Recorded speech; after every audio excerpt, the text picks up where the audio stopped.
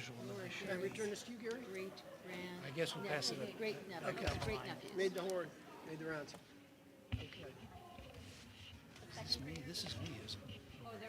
They're older. I think they're like, let's see, Liam's his name. And, yeah, that's the first one. And that was for January. We're doing December and January. Okay. Oops. I guess this goes to the Matt. He needs to sign it as well, or superintendent needs to sign it. I know he's going to sign it. No, it is. He's trying to do 4 things. Yeah.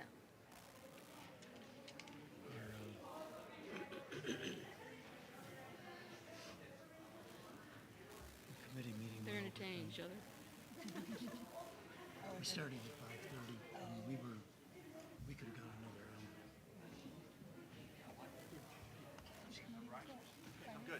Good, okay. I'll just sign for you. Good evening, everyone. Today is Wednesday, January 25th, 2023. It is 7:01 p.m., and we're convening a regular meeting of the Cog Heights Schools Board of Education, and we are in the Baumgartner Auditorium. Mr. Muccio, would you call the roll, please? Mrs. Deca. Here. Mrs. Etter. Here. Mr. Suchaki. Here. Ms. Prowse. Here. Mr. Dobbins. Here. 5 present, none absent. On behalf of the board, I'd like to welcome all students, staff, parents, and interested community members to tonight's Board of Education meeting. The board values and encourages public comment on education issues. Anyone having an interest in the actions of the board may participate during the public comments portion of the meeting. Please identify yourself on the board sign-in sheet, which I believe is at the back of the auditorium. A copy of the board meeting agenda is available to review on our school district's website. Please silence your cell phones during the meeting, and would you now join me in reciting the Pledge of Allegiance, please? I pledge allegiance to the flag of the United States of America and to the republic for which it stands, one nation, under God, indivisible, with liberty and justice for all. Thank you. So may I have a motion to approve this evening's agenda, please? So moved. Ms. Etter moves. I'll second. Are there any additions or changes? Sorry, Mr. Suchak. Did you have any additions or changes, Mr. Young? I do believe that you had asked that the 2-year agreement with the Educational Service Center of Northeast Ohio to potentially be pulled from the consent agenda, just to have a little bit more time to review and get a little bit of a knowledge background about what that agreement entails. Even though it's routine, it's always good if you have questions to take the time. Sure. We have a couple months before we actually have to get that approved, so I know that was something you had considered as well. And I think we had discussed moving the first board meeting in February to a Monday, so we're going to have to take action over that item as well. And just to clarify, the item that Mr. Young's referring to shows up on this evening's agenda as item 12A. And at his request, we're going to pull that off this evening's agenda. And then there is a separate correct. motion for the board to switch a regular meeting date in February. Are there any other changes or additions, changes to the agenda? Okay. Well, with that then, let's move to a vote, please. Mrs. Etter. Aye. Mr. Dobbins. Aye. Mrs. Deca. Aye. Mr. Suchaki. Aye. Ms. Prowse. The motion passes 5-0. I would now move to agenda item,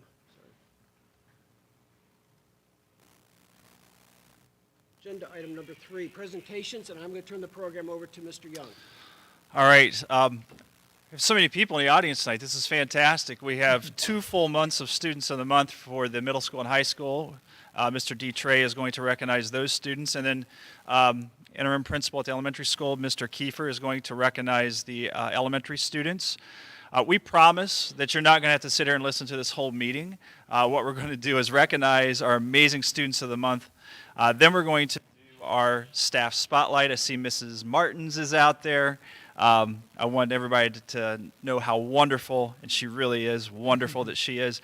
And then we'll do the Board of Education recognition. It is January is Board of Education Recognition Month. So we're going to do all those recognitions at the beginning so that we don't bore you with some of the details of the program of study and the wonderful spreadsheets that Mr. Muccio loves to go over. They're so valuable and important not always good for the audience. So that's the order we're going to go. So Mr. D. Trey, middle school and high school principal, he is going to recognize our December and January Students of the Month. All right, good evening, everyone. Again, thank you thank you everyone for coming out tonight. I do like to see everybody here at the recognition, or as we recognize the Students of the Month for both December and January. So let's begin with the Students of the Month that we have for December 1st. And from the 6th grade, I'd like to call up Dominic Ciano. Dominic is here with his parents, Jason and Carrie. He is a resident of Brooklyn Heights and has a younger sister in the 5th grade. He shared that his dad and his dad's side of the family are all alumni of Cuyahoga Heights. His favorite subject in school is math. Dominic plays basketball and golf, and his most memorable school experience has been getting good grades in school this year. Here's what his teachers wrote on his nomination. It is my pleasure to nominate Dominic Ciano of Ravenclaw House as the December Student of the Month. Dominic is an excellent student who cares greatly about reaching his full potential. On a daily basis, Dominic demonstrates respect and kindness to his peers and teachers. On a recent project, Dominic envisioned going above and beyond by creating a model representation, or a model representing Mesopotamian irrigation systems. Dominic designed an idea for this model, and with the help of his father, he and his group created a special project that the entire class was able to learn from. I actually got to go into that class, didn't I? I saw that.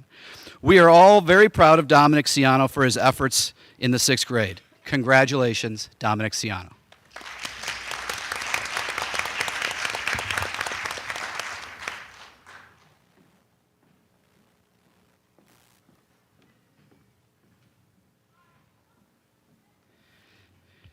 Next is Sophia Berth.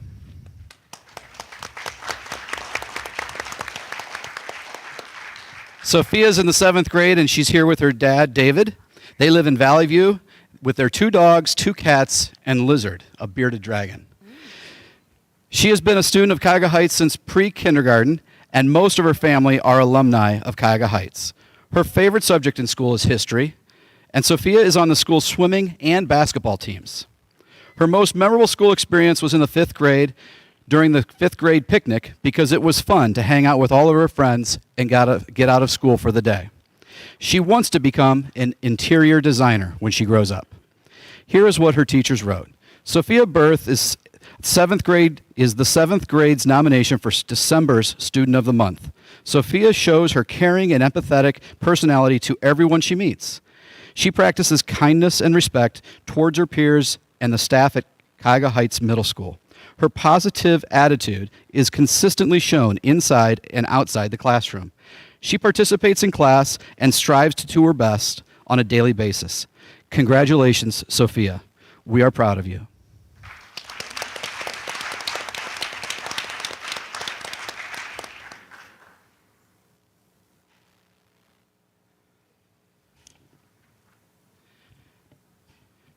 Next, from the 8th grade for the month of December, Gianna Faulkner. Please come forward.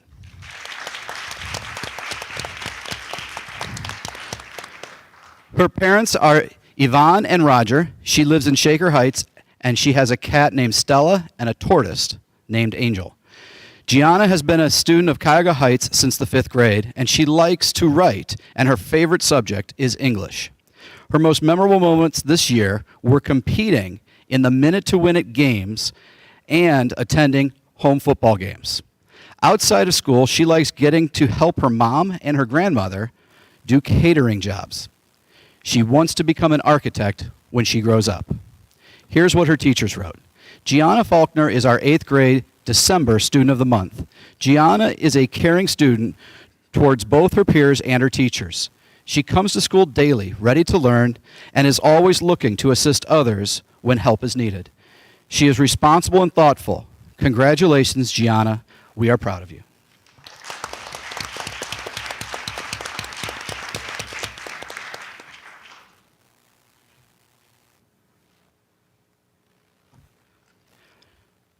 From the 9th grade for December, we have Savannah Peck. Please come forward.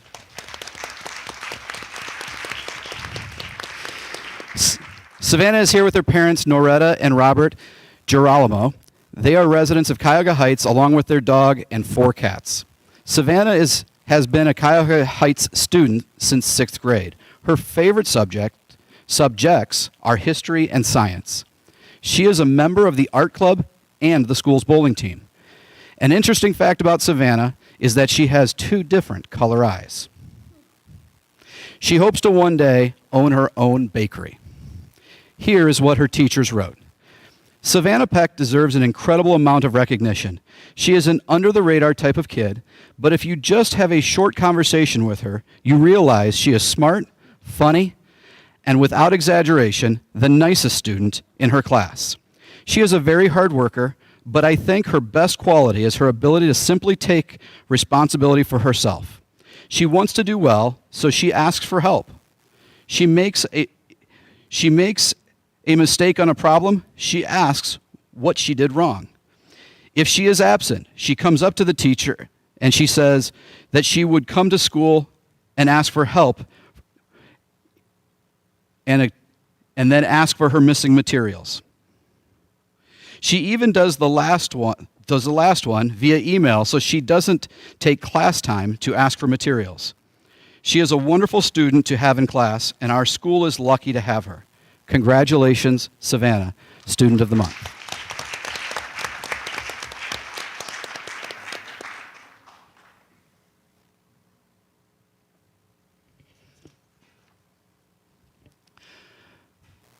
From the 10th grade, Student of the Month for the month of December, Miguel Dane.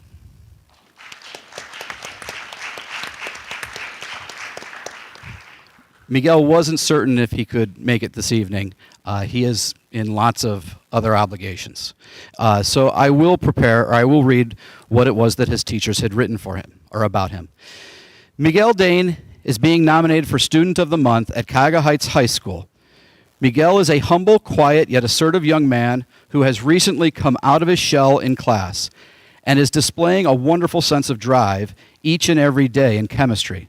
Whenever a class discussion becomes difficult, Mr. Dane is always able to be called upon and provide good information for the class, which helps gain the attention from the rest of his classmates. Always willing to participate, work in a small group, and/or work independently, Miguel is an integral member of his class and is highly respected amongst his peers. He also is showing a ton of drive at school in the weight room, which is managed by our physics teacher, Mr. Patterson, and goes to show that Mr. Dane is a well-rounded individual who is never satisfied and consistently looking to better himself in whatever way possible. He makes being a teacher very rewarding and fun at the same time. Congratulations, Miguel.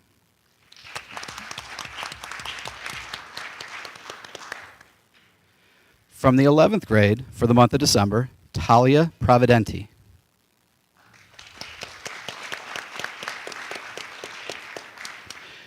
Talia also wasn't certain if she was going to be able to make it tonight, so I will read what her teachers had written about her. Talia has made a great deal of improvement throughout this semester. She has made excellent choices and improved her work ethic and grades, especially in mathematics. She is friendly, polite, and appreciative of all the assistance given to her by her teachers. Talia is a delight to have in class, and the staff is very proud of her accomplishments this year. Congratulations, Talia.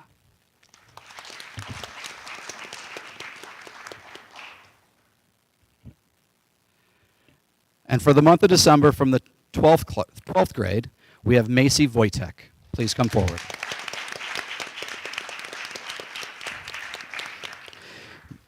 She is joined by her parents tonight, Becky and Joel. Their family live in Valley View.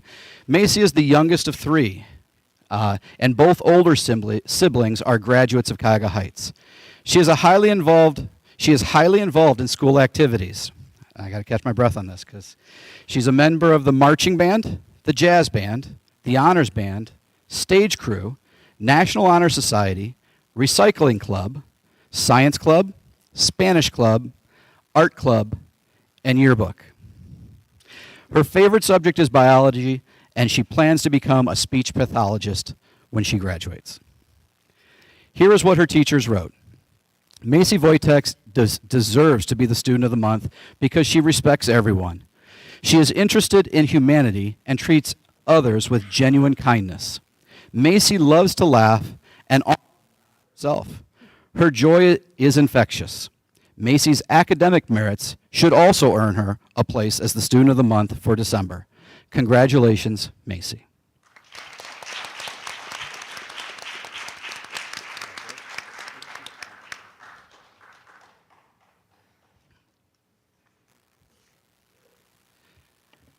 Next, we'll call up Liam Kemetz.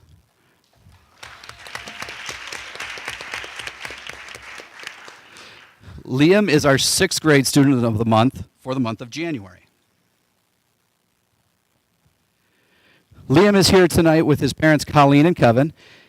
If you don't know Liam, he has a twin brother and an older sister and a dog named Callie. They live in Valley View. Liam's favorite subject in school is band, where he plays the drums. He even played the drum set with the high school jazz band during the Windsor concert back in December.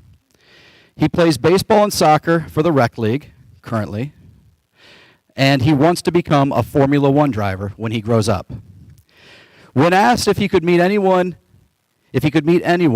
past or present, who would it be? He thought for a second before saying, Van Halen, the band. Oh my. Here's what his teachers wrote. This month, I want to nominate Liam Kemetz as 6th grade's Student of the Month.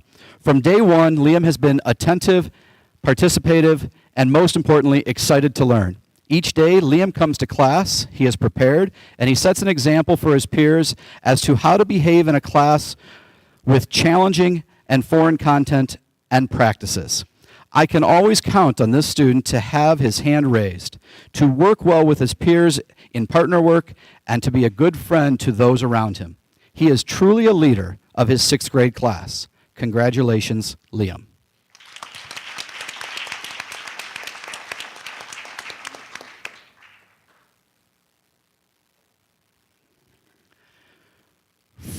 From the 7th grade, the Student of the Month for January is LOreal Hodges. Please come forward.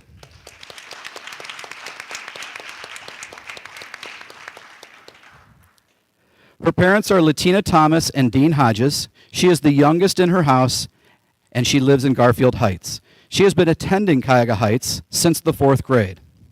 She is a member of the swimming and basketball teams here for the Red Wolves. When asked if she could meet anyone past or present, who would it be? She quickly answered, Angela Bassett. She wants to become a trauma surgeon when she grows up. Here is what her teachers wrote on her nomination. LOreal Hodges is the 7th grade's nomination for Student of the Month. LOreal exemplifies the word determination. She consistently turns in quality work on time, and although quiet in class, when called upon, she gives thoughtful responses. She is a stellar student, and we are lucky to have her on our team. Keep up the great work, LOreal. We are proud of you. Congratulations, LOreal.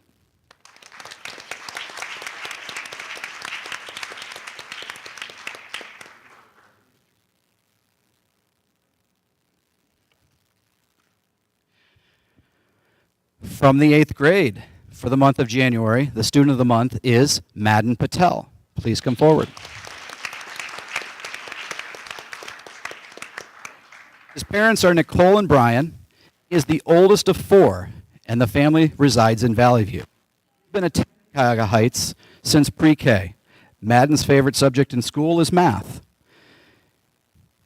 He is on student council and is a member of the football and wrestling teams. Outside of school, he plays on a baseball team for the rec center.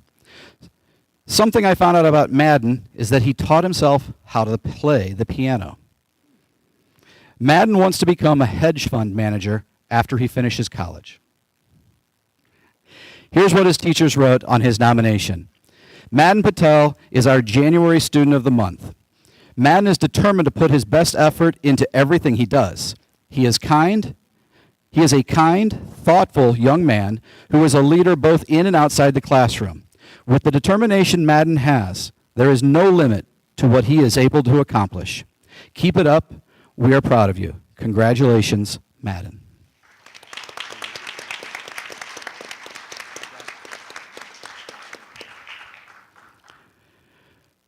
From the 9th grade, Student of the Month for January, Antonio Macleod.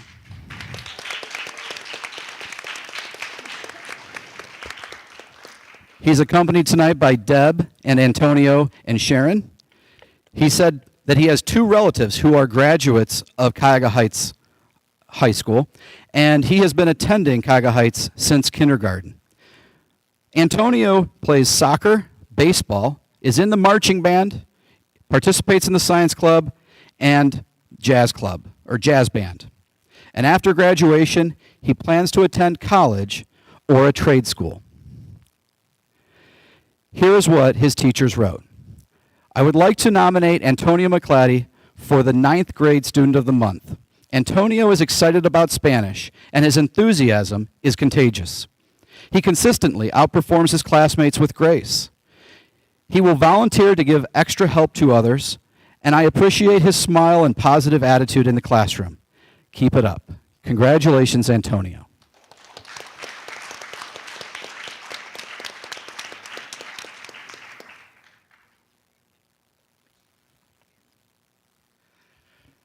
From the 10th grade, Ava Kemetz. Please come forward.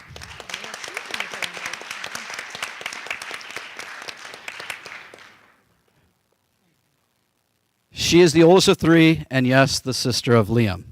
Her parents are Colleen and Kevin, and they still live in Valley View. Ava is a member of the marching band, jazz band, honors band, art club, Model UN, and participates in the school musicals. She also plays volleyball for the Red Wolves. Outside of school, she enjoys drawing and painting and snow skiing. And she has been able to see the show Hamilton at Playhouse Square 3 times because she works there as one of the Redcoats. Ava's favorite subject in school is science, and she plans to become a forensic psychologist. Here is what her teachers wrote. I would like to nominate Ava Kemetz, otherwise known as Margot in French class. Ava, from the beginning of the school year, has expressed a fiery enthusiasm about there being another language in our school. She comes in almost every day excited to learn and is a leader in our class, sparking more participation and excitement as we learn. Ava's excitement and willingness to learn has paid off as a student, and she is progressing quickly in her language acquisition. From an outsider's perspective, Ava is extremely involved in school and has many passions here at Cuyahoga Heights. Cuyahoga Heights French program is so lucky to have Margot, and I'm excited to see where she goes with it. Congratulations, Ava.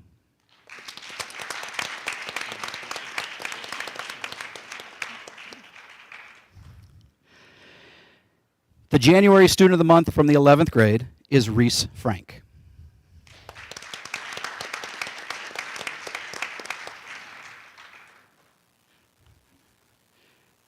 All right, hang on. Reese is not here with us tonight, but I will read what her teacher had written in her nomination. Reese Frank comes to school every day with a positive attitude and works hard to make the most of her opportunities while also being a positive role model for her peers. She has a very challenging academic schedule, taking 5 AP classes and honors Spanish. Even with all of that on her plate, she is also currently playing in the varsity basketball team and played soccer in the fall. Finding that balance between academics and extracurricular requirements and keeping a positive attitude is really tough to do, but Reese does it on a daily basis. Congratulations, Reese.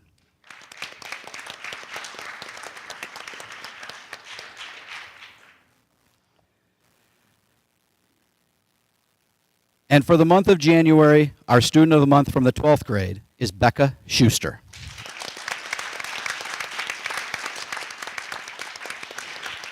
Becca's parents are Al and Kelly. She is the youngest of 3, and her family resides in Brooklyn Heights. Her favorite subject is English because she likes to write. Becca is a member of the marching band, jazz band, electric orchestra, and stage crew. She is in the yearbook and Spanish clubs, as well as on our golf and track teams. When asked if she could meet anyone past or present, who would it be? She responded, Taylor Swift. After graduation, she intends to pursue a career in psychology. Here is what her teachers wrote. Becca Schuster is exactly the kind of student I think of when I consider who to nominate for the Student of the Month. I had Becca in Honors English 2 when she was just a sophomore, and now I have her again in AP Literature. In both classes, she has been quiet but deliberate. Her critical thinking skills and amazing writing ability make her one of the top communicators I've ever had in class. I always look forward to her contributions to small group discussions and her topic choices for essays because she is profoundly insightful and has a strong ability to balance reason and feeling. Because she is profoundly insightful and she has a strong ability to balance reason and feeling. I have so much confidence that after high school, Becca is going to thrive in whatever she does, and she will be a valued member of her community. Congratulations, Becca, Student of the Month.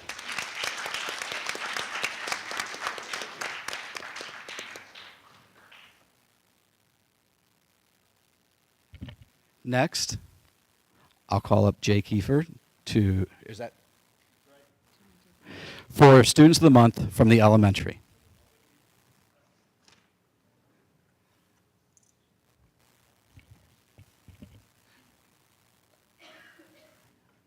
Thank you.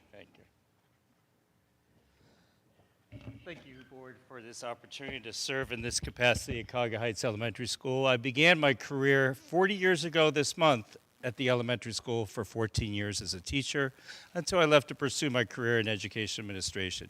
I've now come back home to serve the children and the staff of Cuyahoga Heights Elementary School and live in the life.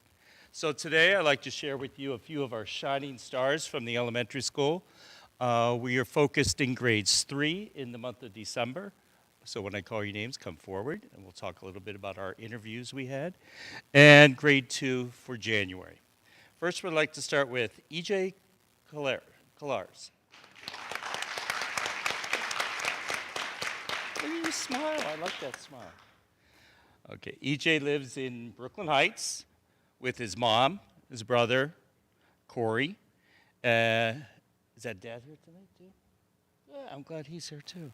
He has a pet hamster. He has 2 cats, Peyton and Pepper.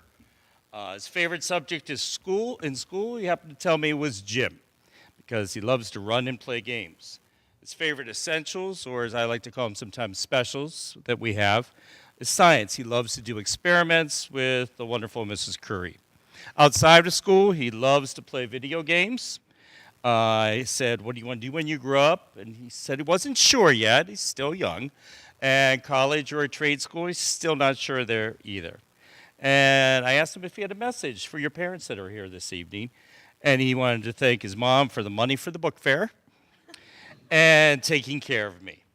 His teachers write that EJ has been selected as the 3rd grade student of the month for exemplifying what we look for at CHES. He is caring, honest, engaged, and safe. EJ has a hard work ethic and demonstrates perseverance on a daily basis. He is always respectful to his peers, yes, and teachers, which is admirable. His imagination and creativity is so unique, EJ truly demonstrates the qualities of a great friend with his kind heart, sense of humor, and helpful personality. It is an absolute pleasure to have EJ as a 3rd grade student at CHES. Keep being the person you are. I have a few certificates in here for you. If you want to have a seat in the front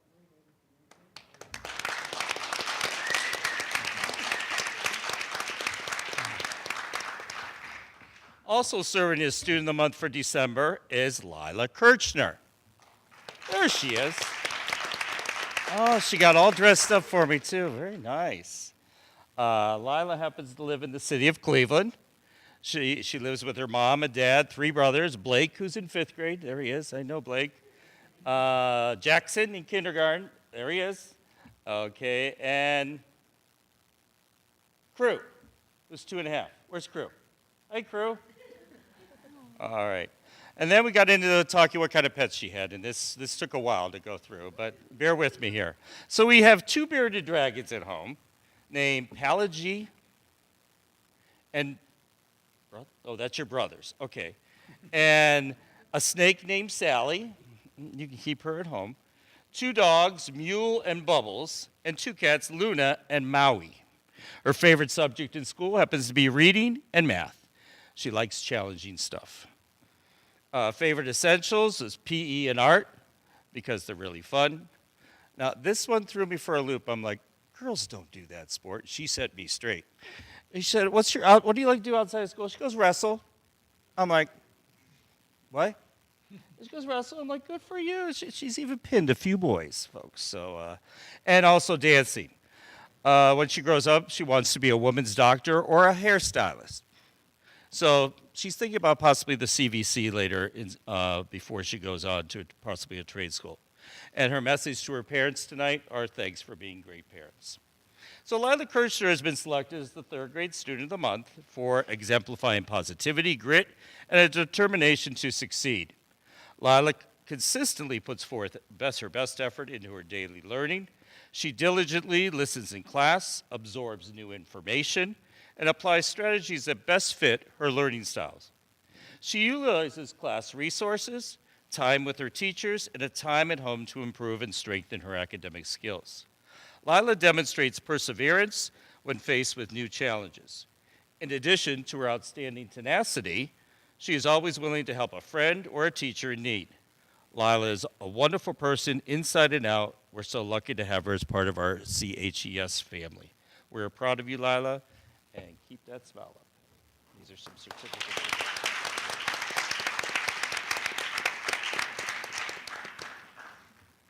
For the month of December, we honored the 2nd graders, and we have 2 for you this evening. The first one is Joey Simmerly.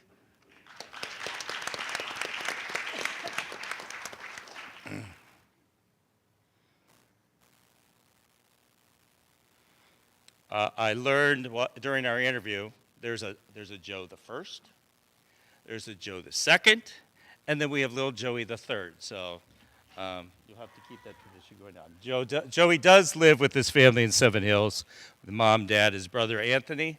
Anthony, is that you? Nice to meet you. And a sister who I know, Isabella, who also was a student of the month this year at Cuyahoga Heights Elementary School. So good for you. Thank you. He has 2 dogs at home, Sadie and Lucy. And his favorite subject is math. He loves to learn different things, especially subtraction, he tells me. Favorite essentials, loves gym and music because there's different options and to play instruments and use them. Outside of school, did you go to basketball practice? Oh, he told me he had basketball practice today. But he loves basketball, kickball, computer programs, Quaver, and ride his bikes. And I asked what he wanted to do when he grows up. And he said, that's a tough one, Mr. Kiefer. And then he said policeman. So there you go, respectable job. And I said college or a trade school. And he's thinking maybe going to CVC to practice a trade. And for his message to his parents, thank you for taking me to GameStop, Five Below, and Target. Thank you, Dad, for playing catch with me. And thank you, Mom, for letting me cook with you. So the teacher's right.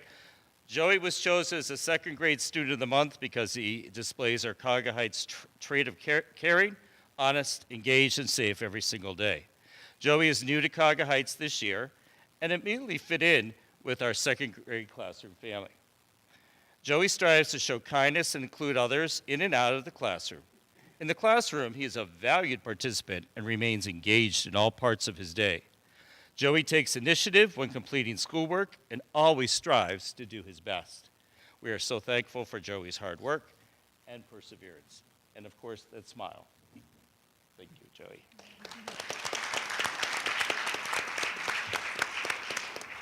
And finally, last but not least, come on down, Sophia Gilsberger. There she is. You're all dressed up tonight, too. Sophia resides in Valley View with Mom, Dad, and her sister, Olivia. Hi, Olivia. I know you, too. Her sister's in 5th grade? Yeah. Okay, and we have a dog named Storm. And she loves math because she likes numbers. And her favorite essentials are music and art because they're calming and fun. Outside of school, she loves to play soccer or to just play outside. When she grows up, she said, I want to be a lawyer or a professional soccer player. So maybe do both? Okay. And college, she said yes. And a message to her parents, want to thank you for helping me reach my goals. So that's aspirational saying. Sophia was chosen as 2nd grade student of the month for exemplifying positive character traits. Sophia works incredibly hard and always goes above and beyond with her desire to challenge herself. She is eager to try new things and passionate about succeeding. Sophia also consistently shows empathy for others, good trait, and shows kindness to everyone around her. She is a positive role model for her peers and ensures everyone in our class is included. We are so fortunate to have the opportunity to have Sophia as a student in the 2nd grade this year. Congratulations, Sophia. Well done.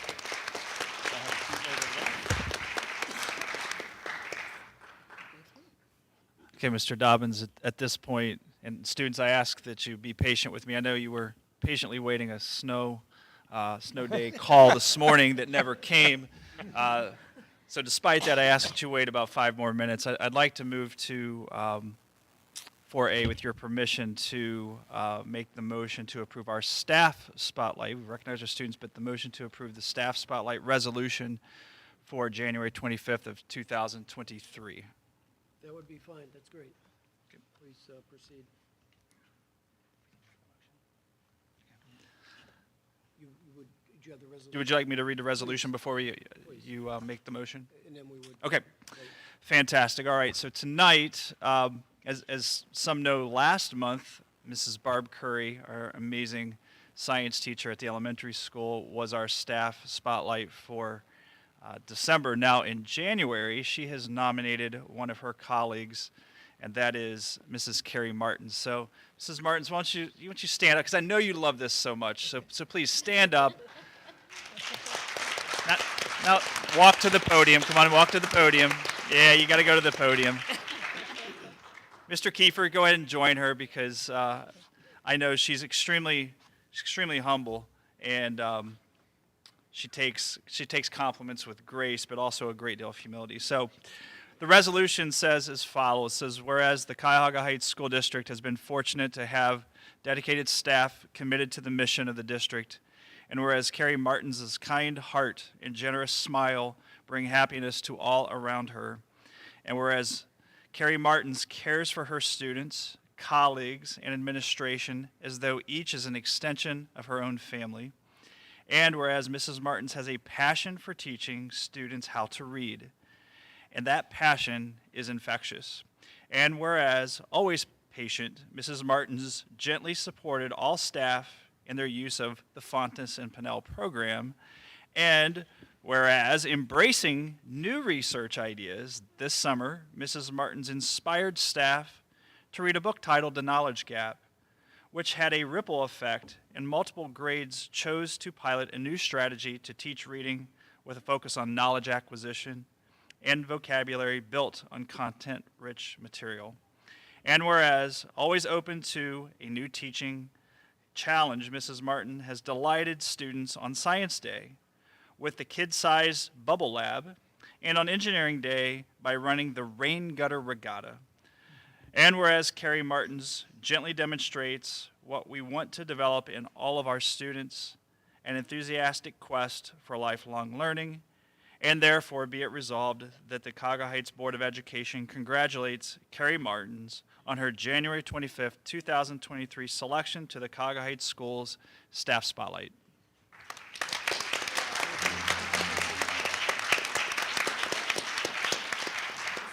Thank you, Mrs. Martins. And with that, with those wonderful words, I'd like to make a motion to adopt the resolution that embodies Ms. Martins as our staff, as our staff spotlight of the month.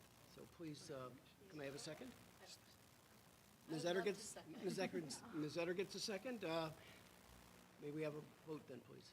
Mr. Dobbins. Aye. Mrs. Etter. Aye. Mrs. Decker. Aye. Mr. Suchaki. Aye. Ms. Prowse.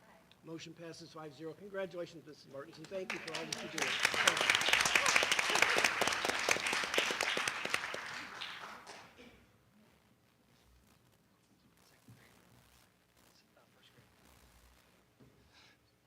Any of you have Mrs. Martins? Nobody? Nobody? Nobody? Nobody? None of them. A few? One. There you go, right? She's amazing. Teaches first grade. That doesn't even do her justice. She really is that enthusiastic. And I can tell you, no matter what kind of day I'm having, when I see Mrs. Martins, my day gets better. And I know her students feel that too. I wish I would have had her as a teacher growing up. I'd be smarter. All right, final recognition. Going back to the top, we want to recognize School Board of Education. This is School Board Recognition Month. We have gifts for each of the staff members on behalf of the school district. Pass those down. There are no names on them, so it doesn't matter who gets which one. You don't have to open them now. In addition, we have a certificate for each of you. This is from the Ohio School Boards Association. It's a certificate of appreciation that's presented to each of you in sincere appreciation for exemplary leadership in service to public schools. I'll make sure each of you get the appropriate one because there are names on that one. And Mr. Muccio may say something, but I can say we are extremely fortunate in this school district to have this Board of Education. They are extremely diligent and dutiful to the communities that they represent. They are thoughtful. They ask great questions of the administration. They wholeheartedly support, within fiscal responsibility, Mr. Muccio, anything that we can do to make our students better, our staff better, our community better. They not only have an eye on the present, but they have an eye on the future. They really are looking out for our best interest. And in school districts, many school districts where boards of education are very inconsistent in some of their management styles and some of their leadership, you are truly a notch above the rest, and we all feel very fortunate to have you leading our school district, leading our communities, our kids, our staff, and really one of the premier school districts in Northeast Ohio. So thank you very much for your leadership.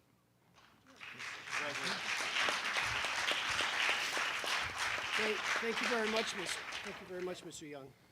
Okay, so we're at a point we are going to take about a 5-minute break. Feel free to get photos up by the Kaga Heights sign individually, as a group. You can go out in the hallway, take pictures outside there, by the pillars. Go get ice cream. On a really cold night, go get ice cream, go get hot chocolate. But don't prepare for a snow day tomorrow because it's not coming. All right? Congratulations to all of our students of the month, staff of the month, and to our Board of Education.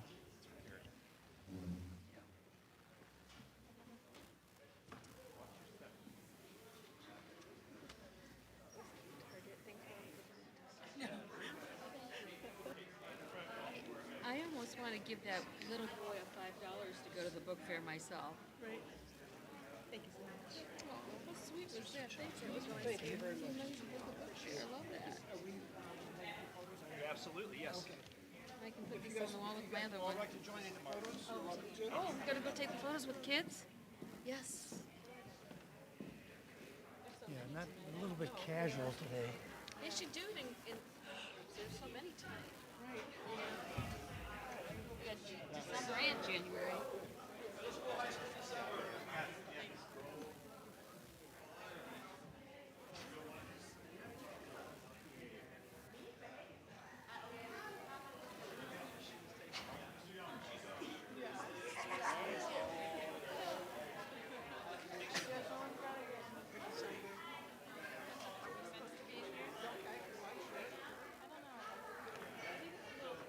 Yeah, this is middle school.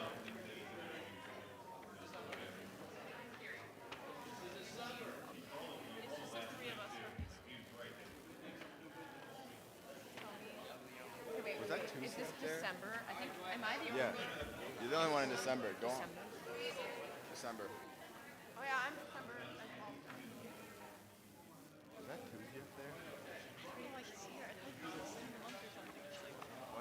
nice to Usually there's, meet like- you. Like, doesn't he know who he is? Doesn't he know who? Who said that? Mr. Dietrich, like, nice to meet you. Like he doesn't. Like,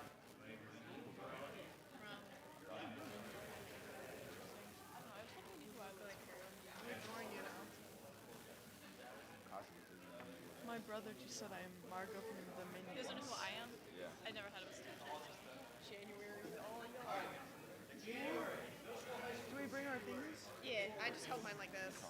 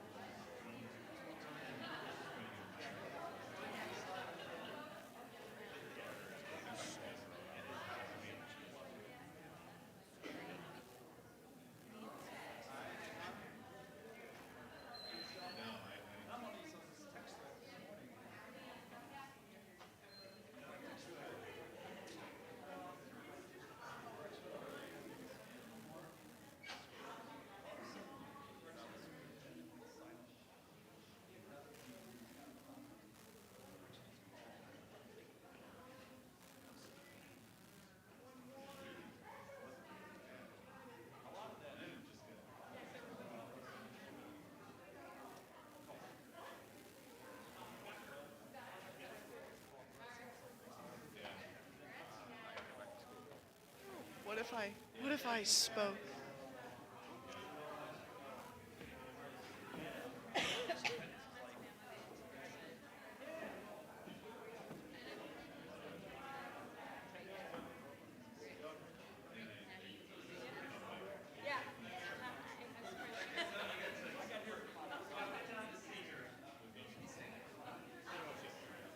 I went down to see her, like the first How you doing, Mrs. Lawrence? Congratulations. Thanks for all that you do. You always got a smile. They're right. They got it right. I don't know you that well, but you always got a smile, and that's got to be infectious for you and the kids. Right. I'm sure it is. Thank you. Keep it up.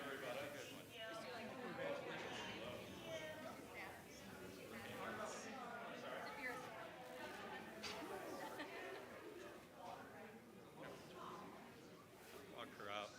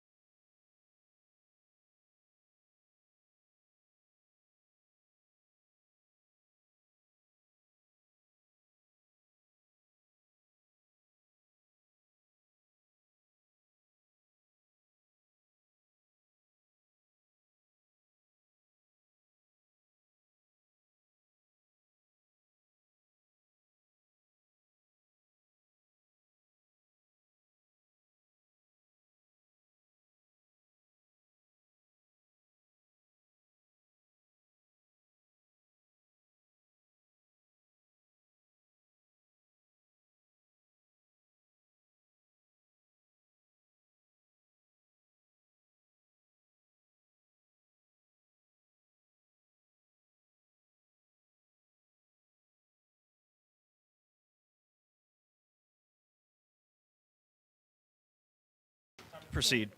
We are going to move forward at this point, and moving on to agenda item number 3, which is comments from the number 5, which is comments from the public. We have a fairly lengthy summation of our board policy about public participation at board meetings that's embedded within the agenda. I'm going to paraphrase that with just a few sentences tonight, and that is, the Cuyahoga Heights Local School District Board of Education feels that public participation in board meetings is a valuable way to receive input from community members. The board will not enter into debate or discussion on any matter brought forward. Instead, the information will be forwarded to the proper individual for possible follow-up. Those who wish to participate in the public comments section of the agenda must sign in on the sign-in sheet that's at the entrance to the meeting. Those signed up to address the board should limit their comments to a maximum of 3 minutes until the total time of 30 minutes is used, according to the policy 0169.1 and the Ohio Revised Code, sections 121.22 and 3313.20. With that, I see that we have no one signed up to address the board this evening, so I'm going to move on to Mr. Dutray's presentation. Mr. Dutray, I turn it to you. Thank you. All right, so I have for you tonight a presentation of our future program of study for Cuyahoga Heights High School side only. Next month, I'll deliver to you the middle school side and do it in 2 separate meetings here for you. But each year, you would have been given a proposal to adopt to reflect next year's program of study or courses that we would offer. And so I know historically, I even have done this, where I would try and create a list of itemized changes separately and provide you with a cleaned up kind of document. My first year here, I was reading this program of study from last year's iteration, and there were a lot of just little nuances and changes, a lot of formatting. And I'll describe it kind of on the basis of the former document used to be a pamphlet made by the CVCC or in conjunction with the CVCC, and so it was a much smaller booklet. And now that we're going to use PDFs and utilize online access and not have a paper copy kind of, I've maximized the space, adjusted some tables, and I've also refreshed some of the language in paragraphs or in statements in the pages to reflect law changes or adoption changes between last year and this year. And because there were so many, what I've provided to you and what you should have is a version that has kind of a magenta colored ink embedded in it that's 62 pages long. And it is the old version with words stricken with crossouts or strikeouts, and then added language in this magenta. So I chose magenta because red is embodied within much of the booklet itself. And so what I'd like to do is kind of go through a page, kind of a page by page. I don't know how you guys have it, if you have it on the screen where you can kind of scroll through. I'll kind of keep track of, I'm going to be working from that 62-page version, but I can keep us in tune with, hey, this is the paragraph that it's in or the section that it's amongst. And again, this is a proposal that I hope you guys, that we've put together as a team. Department chairs have collaborated. I've had teachers in each of the courses go back and look at their courses and update it, which is why there are so many sort of, I'll describe, minor changes within those content area or aims areas to reflect what they're actually doing in the classroom. And so to preface this program of study, we didn't invent the curriculum. The curriculum that we utilize in our schools are the Ohio Learning Standards, and they are described for most of the classes that are offered in our building. Things that are lying outside of that might be an AP curriculum or a CCP curriculum. Those wouldn't have been defined by the state of Ohio. And then we have a supplementary or elective courses that we may have creatively engineered to fit a need or interest of students. Okay, and so I'll describe one as we get further along here. Specifically, for example, like history of rock music. That was one that was driven by an interest in students, and we had a teacher who was new to our district who had taught a class similar before, and I think, this year we kind of piloted in the fall, and it was responded by students with, I think we're going to have multiple sections next year. Okay, high interest amongst the students. So on the first page, it is the pretty bland description of Board of Education, administration, high school, and I added the word teaching staff, and I'm going to remove the sections at the bottom, student service staff and technology department, because I think it should focus on those teachers who are in the building teaching from this course of study, okay, or this program of study. Obviously, I can put it back if you guys would like that to be back, but It really was to update. There were a lot of names that were missing. So some of the magenta names in there were just new, including myself. And then people who had, are no longer with the district, we crossed out. Okay? On the second page, it is the letter from the principal. I am only adjusting the name of the principal. I have not made any edits to the body. I thought it was still relevant and still speaks to our expectations of students and what we intend to offer and provide students who attend our school. In the table of contents, the third section, or it's actually the fourth section, down at the very bottom, the CVCC course descriptions, that is the biggest hit section. Okay, so I described this document being 62 pages, and the revised version is 47, because again, when we partnered with CVCC to create our paperback booklet, and in agreement with them to provide us that, we agreed that we would also put their courses of study in it. Now that we're creating our own, for you guys to adopt their program of study, theirs is online already. And so we link theirs to ours through a hyperlink inside this document. So we're not maintaining or updating their fees associated with it, the description of what you need for prereqs. They're doing that. We're going to link and describe it globally. We still support CVCC, and we still encourage our students to, pursue a pathway that if they offer that is in their interest. But we're proposing that we eliminate the entire section that describes their courses, because you'll see that I summarized and I kept the paragraphs that describe what CVC offers and why it's of value. Okay. And in the new version, I updated the page numbers to reflect which ones they were on in the edited version. The page after, there was no significant change under planning and policies, other than there was a sentence in the middle underneath the summary of graduation requirements that said beginning with the incoming freshman students. Because that is specific to a certain year, what I did is I offered a replacement language that says students in the class of 2026 and beyond, they will need to complete 1/2 credit of financial literacy as a graduation requirement, because that's more descriptive. And I will come back to you in a couple years once everybody's required to have that as a graduation requirement, and we'll just simply say students will be required to take a 1/2 credit of financial literacy. So right now, it's going to be just for the class of 26 and beyond, so that this program of study, next year's are the class of 24, and the juniors are class of 25. It doesn't apply for them, but it will apply to next year's sophomores. So half of the building will have that as a requirement. On the next page, there is an addition that I want to point out under this. The requirements for diploma are your credits, you're demonstrating competency, and you're demonstrating residency according to the state of Ohio. So in change of law, the competency added an ACT or SAT remediation free score as a component or an opportunity to demonstrate competency. So we added a row underneath College Credit Plus, military readiness, or career experience to describe what is enacted in state law. Okay, and we put the definition of what scores are necessary on the table to the right. At the bottom, under demonstrating readiness, that used to be one table, and it didn't break evenly. What I did is I broke the table into two that describe a student to graduate needs a state seal and a local seal. So I broke the table, and I defined the header of table 1 underneath the demonstrating readiness, and I labeled it state seal.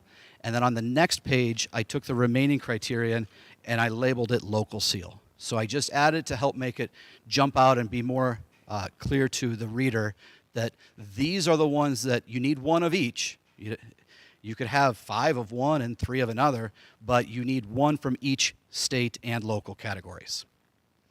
Then there's a couple pages to skip, and so the next page, it's about 3 pages away on mine on page 9, but my description is under student schedule changes and above course waivers.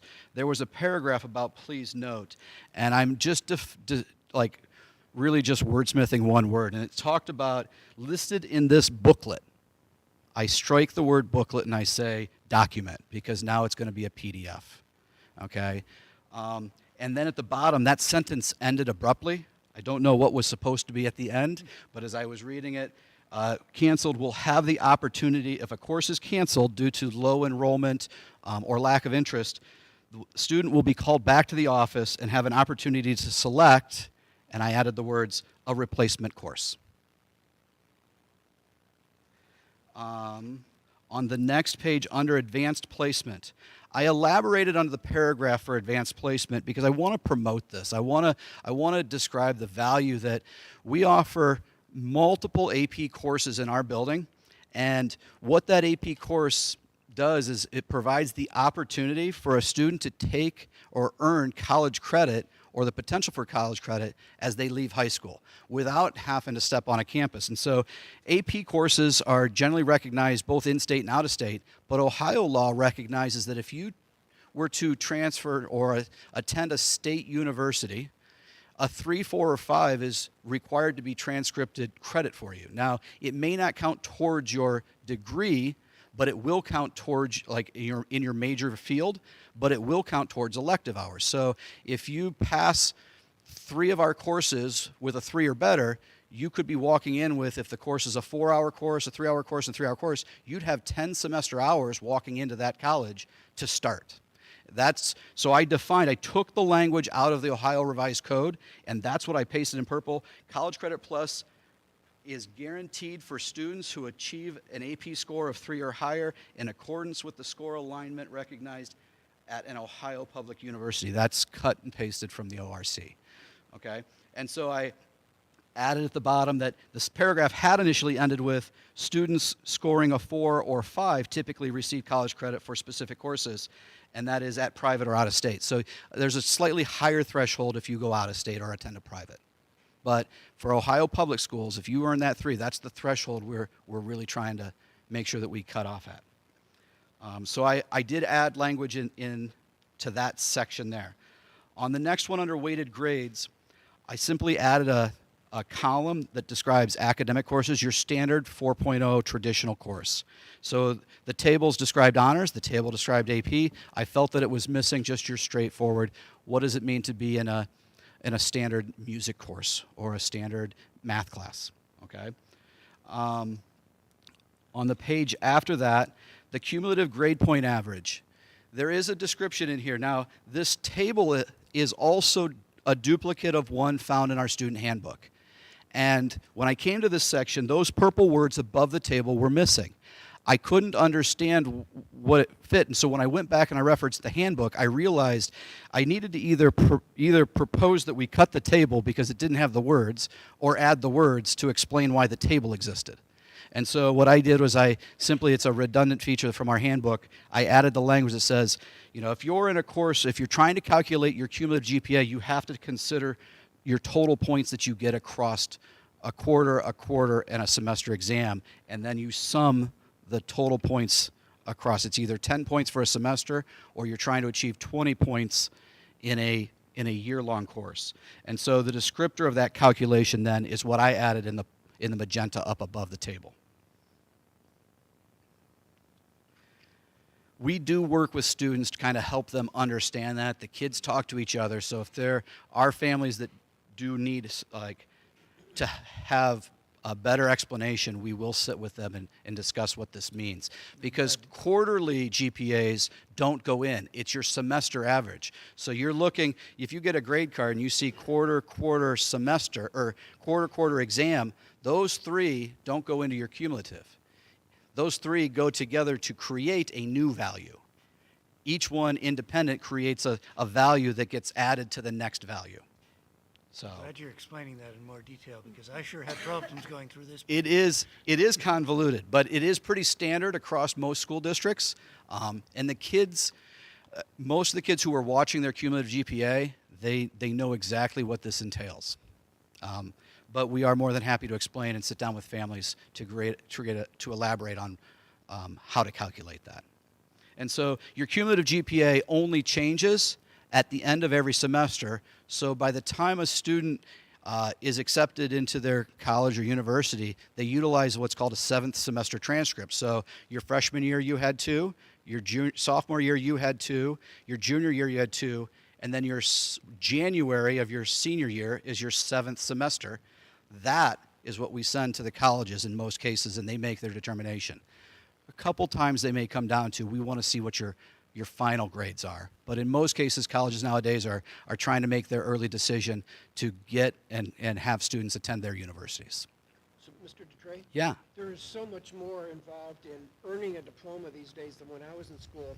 And I'm just curious to know which of our departments is responsible for getting the word out to the students and the parents that, say, for example, they've attained a certain state or local seal, or they've satisfied some other criteria that counts toward graduation. No, completely. So what I would say is the burden of the seal, monitoring the seals, and even graduation credit requirements. I've taken 4 sciences, or I've taken 3 histories. All of those are done by our counseling team.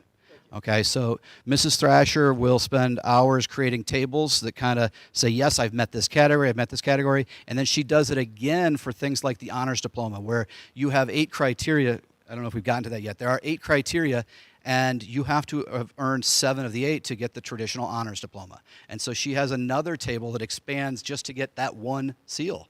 And so there is a lot of tracking involved in this. And she has lots of sheets that we start monitoring it from the day they arrive, the first day of school in 9th grade.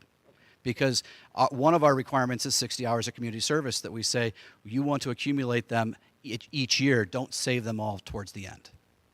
So the biggest burden is on, I'd say, our counseling team. I have a question. It seems odd how it's written here, but it says in that last sentence, it says a student with the lowest total will be recognized as the valedictorian. Okay, hang on. The student with the second lowest total will be recognized as salutatorian. Yeah. So think of it like a golf score, all right? And that low score wins. But what you're doing is, if you have the highest GPA, you get a 1. And it will be added to your ACT or SAT score. And if you were the highest ACT or SAT, you're a 1, which means together you're a 2. That's the lowest score possible. It's a scaled score, so a 36 is the highest possible ACT score. So if you get a 36, you get 1 point, but if you get a 34, you get 3 points. It's not where you rank in the class on your ACT, it's how high you scored, and you apply a point value to that, and so then you do what he did. So assuming, as you see in the first example, you could have the highest GPA, but you got a 26. Well, a 26 only gets you 11 points, so when you add those, if you add those together, they should actually total 12 points, I think. I think that number maybe is it wrong? I double-checked them. Yeah, I think that should be 12 points. So, and then, so divided by 2, your average is 6, because it's 50-50. Any tiebreakers go to state test scores. So you're talking row 1, Matt? Yep. So what I did was I said that 1280 is worth 10 points, and because they had the highest GPA, it was 1, so I said 1 plus 10. It takes the better score. Takes the better of the two I gotcha. scores. I didn't see the 1280. And so You are I correct. did try to bold those to make them jump out, going, this is the one that was selected for this particular student Correct. in the examples. But it is a way in which we identify our valedictorian and salutatorian at our graduation and who gets to speak.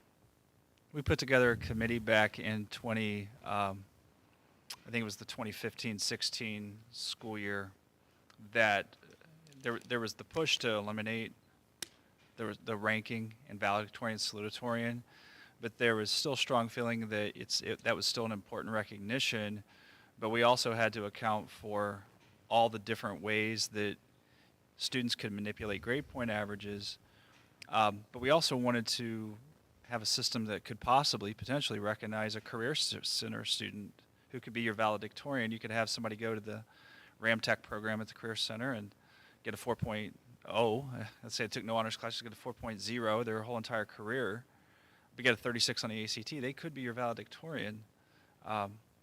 Likewise, overly inflating your GPA doesn't necessarily mean you're going to be valedictorian if you don't have the national test score. So it was a way to kind of balance the field and still recognize those two. Certainly a lot of schools, I think you were at Brecksville, Broadview Heights, said you guys eliminated valedictorian there? Yeah, and they didn't rank students either. Yeah, so we felt at the time it was still important. The Board of Education felt it was important. Staff felt it was still important, so it's always something we come back and readdress, but that's the system. It's meant to still acknowledge but balance student experiences. The next section that there are edits on is a couple page forward under academic awards. On my booklet, it's page 15, the one with the marks. And it simply was there was some words that were struck from a table. It said ACT score near the second row from the bottom. It says excluding scores from the writing section. And I just simply edited it to say excluding the writing section. And it's because we don't count that score in the determination of an honors diploma. It's just the raw score for the two parts. Very minor change, but I just wanted to highlight that in the table. Now, page 16, this is where I want us to kind of all really start together, and that is, I'm going to call it the sort of table of contents for all the courses that we offer by department. And so if you want to look and say, okay, courses offered within the art department, they're listed there in summary, and they're defined whether they're a semester-long class or a year-long class. They are pretty much in hierarchy order, which means if you're an entering freshman, it's higher on that list. They're the prereqs that lead into some of those are at the bottom. And so, you get to the math department, you're going to see that there's the APs cap out the bottom, or the science department have APs. But they're broken up. Those that are in magenta, I won't say are all new ads. What they are is they just were not in the version that I had moving into this year. So they may have been recommended at some point, but just weren't put on. And I'll give you an example. Government. Government's been a course offered in this building for years. It just wasn't in this table. So I added it to the table, okay, or this table of contents. I will point out a few, though, that are new ads. So under world language, French. At the time of the adoption last year, French hadn't been identified in the program, but it was worked on that there would be a second language. French is in place. We have 2 French 1 sections. Next year, we plan on having French 2 to allow the promotion of the students in French 1 and get a new group of students in for the French 1 class. In technology education, a new class that we're proposing is Project Lead the Way. It's we offer 2 courses in their curriculum that they have offered. And that is Computer Science Essentials and Computer Science Principles above it. The third in that sequence is Cybersecurity. So I realized I didn't make that magenta, but that's a true new course proposal.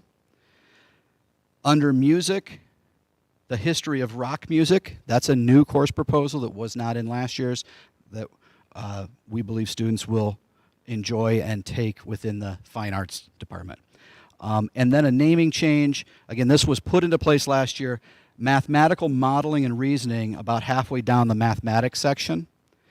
That is a state-driven curriculum course in which our students teach basically the units that are designed by the state of Ohio. It starts with a unit 0, which is setting the stage for the higher level things, making sure that relationships and buy-in are occurring before the heavy lifting happens. And it's intended to target some of our most at risk for mathematics, and I will say that its impact in our school, it has the best attendance rate of all courses right now. Students don't leave. We have a digital hall pass that says whether I use the restroom or not. It is the class that has the fewest number of students leaving to go use the restroom. And traditionally, these students would have been struggling in math and potentially finding a way to escape or get out of class. They stay in there and they are having a blast with this. So again, that's another course that's new in the sequence, but I do think it may grow in popularity because of its mathematics and application instead of mathematics for problem-solving basis. So, and so those are it for the new ones, but I summarize it here, and so as I turn the page and kind of go to each of the departments, I'll first start with art on the next page. On the art section, I really just adjusted. There was a recommendation to change the prerequisite for Art 1 to none because the freshmen coming in can either take Art Foundations or Art 1, and Art 1's a year long. The first semester of Art 1 is Art Foundations embedded within it.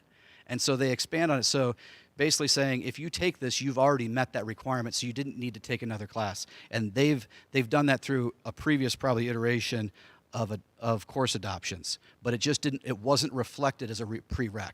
And so the teachers identified that right away, and so it's reflected here. They did update the description on the next page for ceramics 1 and 2 to reflect, again, a more accurate curriculum expectation and what the students are learning in that course and how it gets increasingly challenging from ceramics 1 to 2.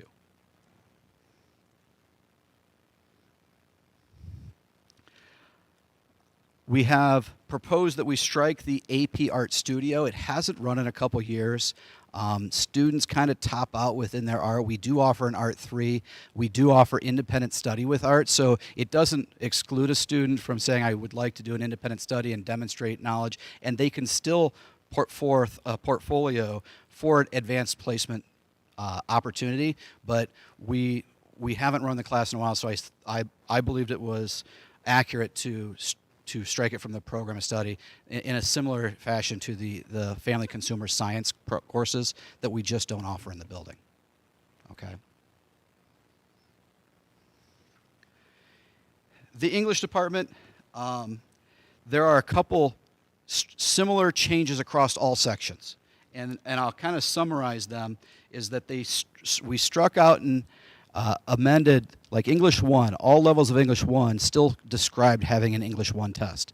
They do not have an English 1 test, so we removed it from each of the descriptions. There is only an Ohio State test provided in English 2 at all levels, and that level for competency is no longer a point value. It is a raw score of 684.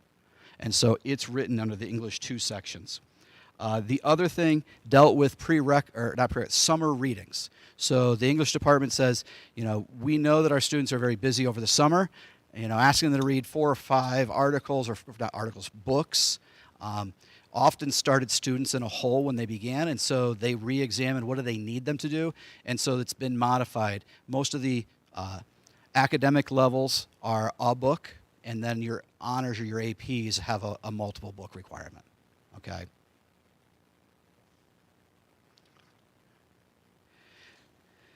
The AP language was adjusted in the Ames, but again, it was adjusted because of the descriptor provided by the AP and College Board curriculum.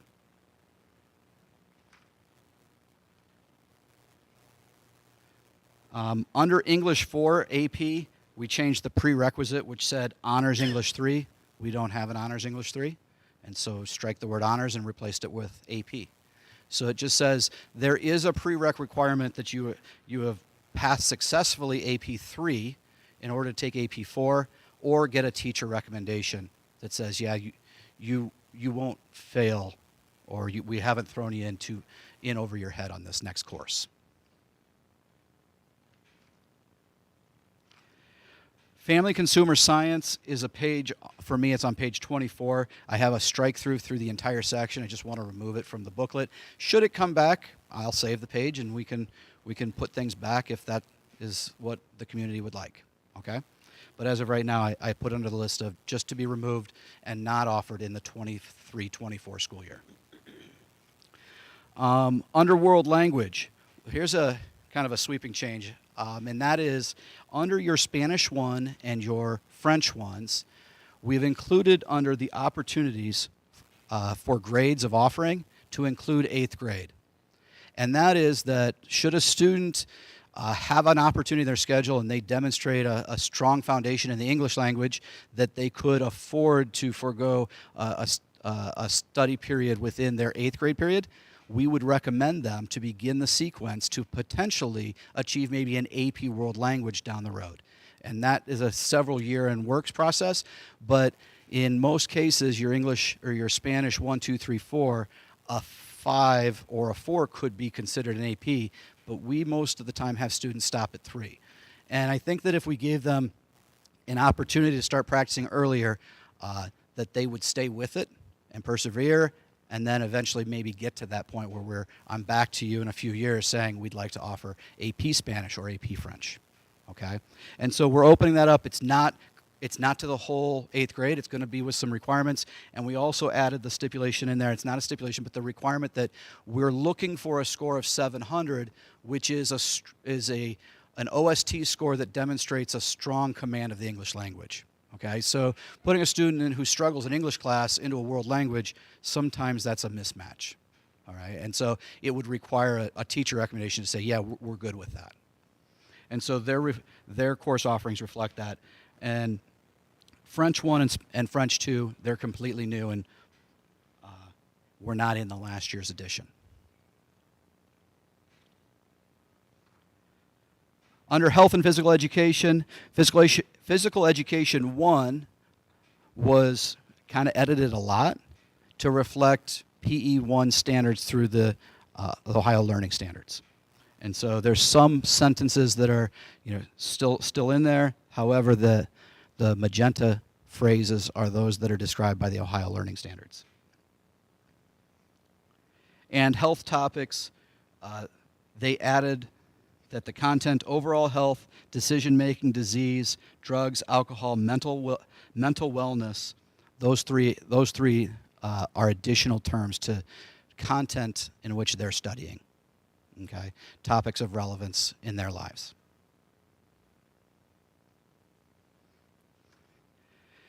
In the core area for math, the table at the beginning of math, science, and history, you're going to find a table that kind of describes different jumping off points for a student. And so students who may have been accelerated in math could participate in a pathway A or a pathway B. A student who struggles with math, who may need 2 years of algebra or algebra over 2 years, may begin the progression in pathway D. And so if you kind of walk down, what I'm proposing is that we rename a few courses to kind of describe and make it less confusing for the student. So, for example, applied algebra students would have gone from applied algebra to algebra 1B. My proposal is that it becomes algebra 1A and then algebra 1B. And it's simply denoting that it's algebra over a 2-year span. You took algebra A, and then the second half is B, just to help make the nomenclature a little more straightforward, okay? And so you'll see that I struck out the word applied. It is not changing the course. It is still algebra over a 2-year span, but it does change from the word applied to 1A to match what was already in existence, which was 1B. The pre-calculus under the left side there was replaced with college trigonometry. That was done when I came in this year. It was already in place, so I don't know how long ago it was, but the teachers did reconcile with me that, or did tell me that we don't offer pre-calc. It is a CCP college trig class opposite of college algebra, or a combination that they could put with maybe a college statistics or something. I did add a line at the bottom that says, note, an OST Algebra 1 score, there is one end of course exam, and that's the end of when you are completed with algebra. So for most students, it could be at the end of their 8th grade year if they're on an honors pathway. It's traditionally going to be at the end of a 9th grade year for most students, but our students who are in pathway D who take algebra over 2 years, theirs would be at the end of their sophomore year when they complete the second portion of their algebra course, okay? And they will need a score of a 684 as well on their raw score side in order to graduate, and they'll keep taking the test until they get that. So, which is why we try and build in supports with an Algebra 1A and a 1B to help ensure that the student has the skills to, the first time they take it, pass and succeed, as opposed to rushing through it and then trying to find a way to fit remediation into their schedule while they're taking some other course. So, in the next couple pages is the listings of all the courses that we offer within the math department. I really didn't change much at heart. There were some minor tweaks. The mathematical modeling and reasoning on page 29 for me, it's after the honors geometry section. It is new. I didn't take that description. They provided me that description, but it is also one and the same that you would see if you went to the Ohio Department of Education website for mathematical modeling and reasoning, and that's their description. Okay. The only graduation test is in algebra. There is an end of course, an Ohio State test for geometry, but it's to achieve a seal. And so it is listed here, but there isn't a score value next to it. If you achieve a certain score, then you could qualify for a seal, but it's not, it's simply saying that you would have a state test at the end of that course. Mathematical modeling and reasoning took the place of this course below it called Algebra 2B. So the same students who would have been taking Algebra 2B are now pretty much in sequence, in their course in sequence for taking modeling and reasoning. AP Statistics, there was a correction on this one. It is not a year long, it's a semester long. What we do with our AP Statistics is they will start the semester one taking Lorain County, I'm drawing a blank, LCCC statistics, so they're going to get a college credit for that course, and then the second semester they're going to take the AP, so it's kind of an intro to taking the AP, setting them up for the AP statistics course. So by the end, they could accumulate 2 courses worth if they got a passing score. They had the transfer credit from LCCC, and then the AP course would allow them also some transfer credit. So for students who do that pathway, that's their continuum, and then the opportunity for arriving at college with some math credits under your belt is a good thing.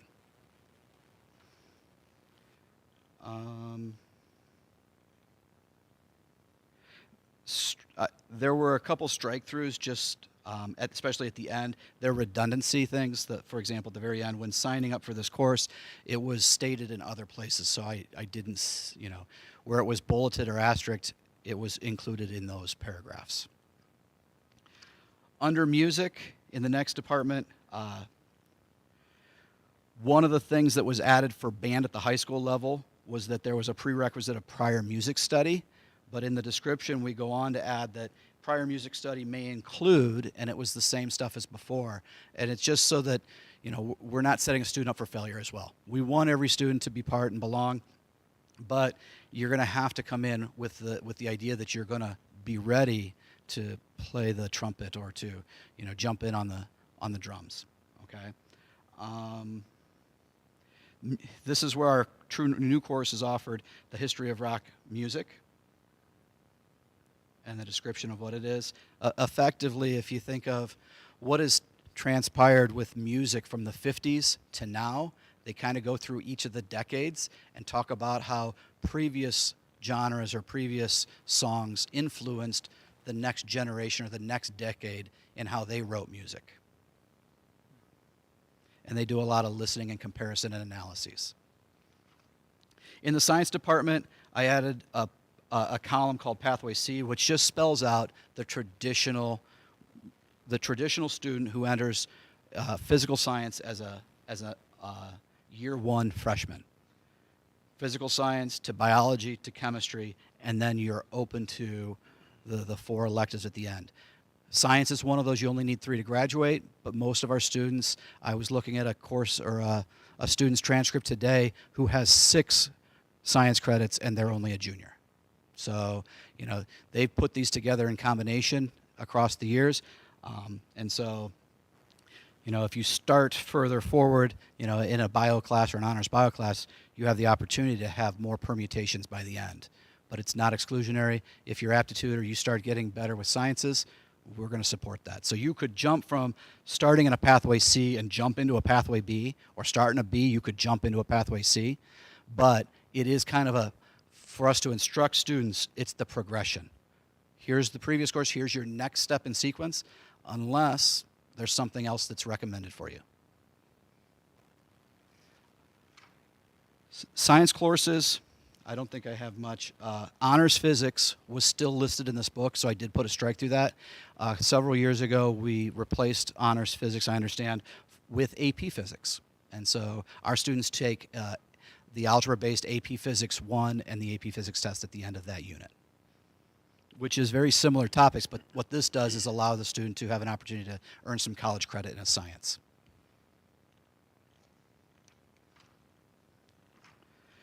Under social studies, not much changed.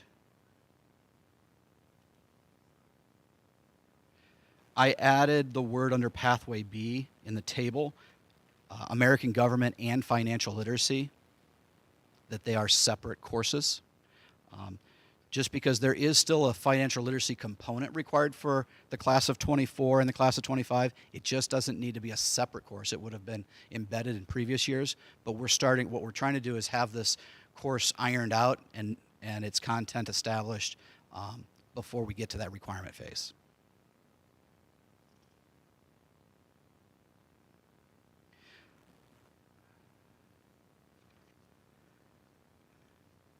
The language under Advanced Placement United States History, Ms. Vojtek explained to me that it needed to have almost an overhaul. So it was much easier to kind of strike out all the previous words, and what she described was this is the AP curriculum, and this is what we should inform people that the topics are. Students in the AP U.S. History do still take our end of course exam for American history because, again, it's still a state tested area to earn a seal. So they would take an American history test and then also an AP test.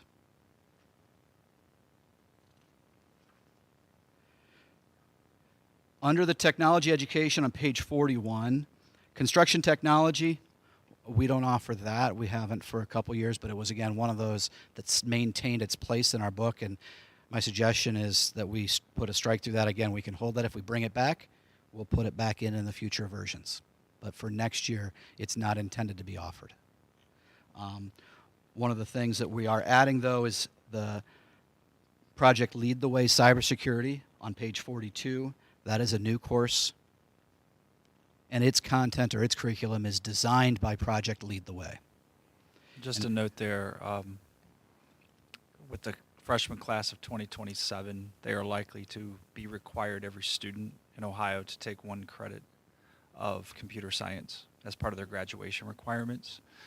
Mrs. Zawadzki looked over the different curricula. This fits nicely with the computer science we already offer here at the high school, and she feels that maybe this would be the most digestible of the computer sciences. It's also pretty engaging and relevant to really our everyday life. We are always looking at cybersecurity in different aspects of life, so this is a little bit deeper understanding of what that looks like.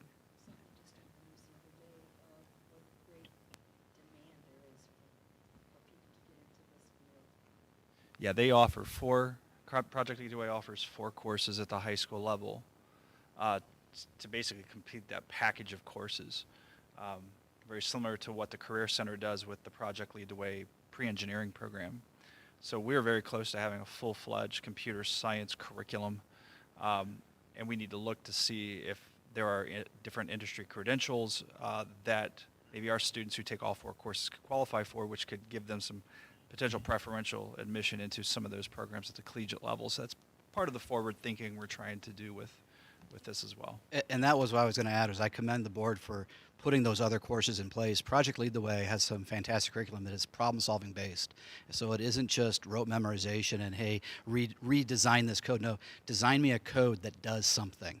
And so you first identify a problem and then figure out the code that solves that problem. And so the students are hands-on problem solving, and that's a big aspect of Project Lead the Way. So you guys really have had a good foundation in putting the two in place, because that, I'll describe it, was an investment for you guys to have done that. Very fortunate that Mr. Miller at the elementary school starts that whole lineage for us. Even though it started in the middle school, Yeah. It's now expanded, and it's an equitable access thing. All students, no matter where they come from, what their abilities, have access to computer science starting in the elementary school, and potentially will be able to ride that all the way through their high school career. And when I meet with you again next month, I will be asking you to learn about the third offering at the middle school. We have 2 offerings for 2 grade levels, putting in a third to kind of have it being across the board as well, to continue this advancement in technology as a priority for our students. College Credit Plus, simply scratch the words. I did some just sort of wordsmithing here. It is College Credit Plus, but I'm defining it as LCCC because we have a partnership with them, and that's who our students receive college credit through. It could be with Akron, it could be with Cleveland State. So in this version, I wanted to denote that you're getting college credit from LCCC that will travel with you. And it's for these areas. So I struck the pre-calculus at the bottom and replaced it with trigonometry, and then you'll see the course description describes that of trigonometry versus pre-calculus.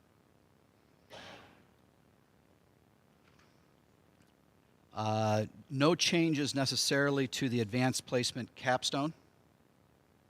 And so our students can do seminar and then follow it up with research, and that can begin in any year. You just have to be ready for it. That it's a 2-year, and you're going to achieve an AP seminar and research certificate at the end of that. Page 45, our intervention and enrichment program. So our students who have specially designed instruction may be prescribed to have an intervention period that we describe as freshman foundation or sophomore strategies, study skills.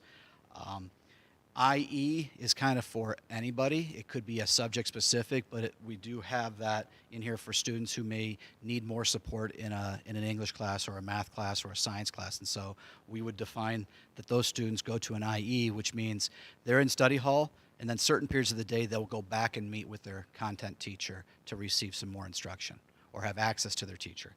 And so we may utilize that on a kid's schedule to describe that's where they're going.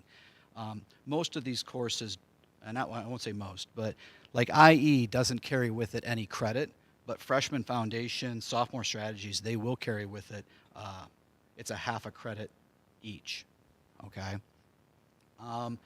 The applied algebra lab, for our students who do math over 2 years, we actually invest an extra period in their instruction as well. So they're actually getting 2 periods of math both years, and that second period we describe as this Algebra 1 lab or Algebra 2 lab that's in conjunction with that. And so as I said, like IE is that student would be given a study hall and some periods go back and meet with the teacher. These students are defined, if they're in 1A, they'll go back for all 5 periods. If they're in 1B, they'll go back 4 of the 5 periods with their teacher. That other period then would be an IE in which they would go to maybe their bio lab, okay, which is another course they're probably taking in their sequence. And it's just providing support to either enrich or intervene if they're struggling. And so I just tried to modify these descriptors describe something else that may be on their schedule in lieu of a content area class. The last 2 courses, life skills and employability, are for our students with significant cognitive disabilities. And so your life skills class is independent living. I'm trying to think of other examples, but it would be food prep, baking, making your bed, washing clothes, taking care of yourself. And so we're utilizing the old FCS classroom to engineer an environment where kids can practice the life skills to be independent, okay?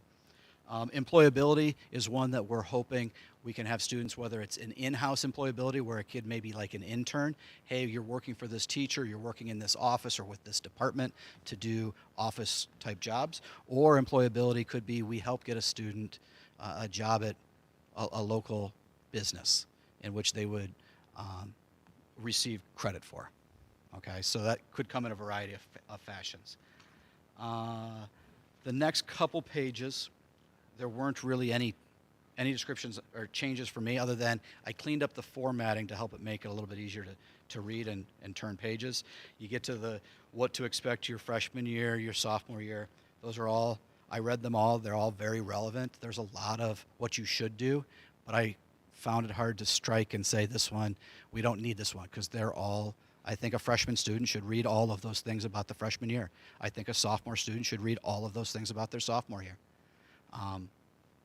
And so I didn't make any recommendations for changes in those areas.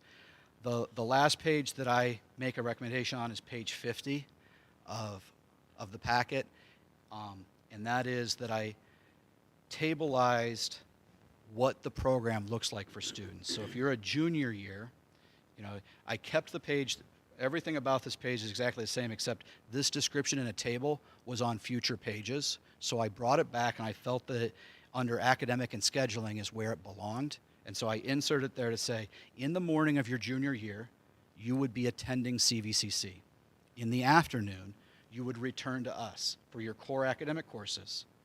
Typically, it's your English 3, some type of math class, a government class, and then some optional class. It could be a study hall, but our goal is that you would have, on our 9-period day, what we're proposing is that 4 periods are in the morning, their lunch is in the middle of the day, and then 4 in the afternoon.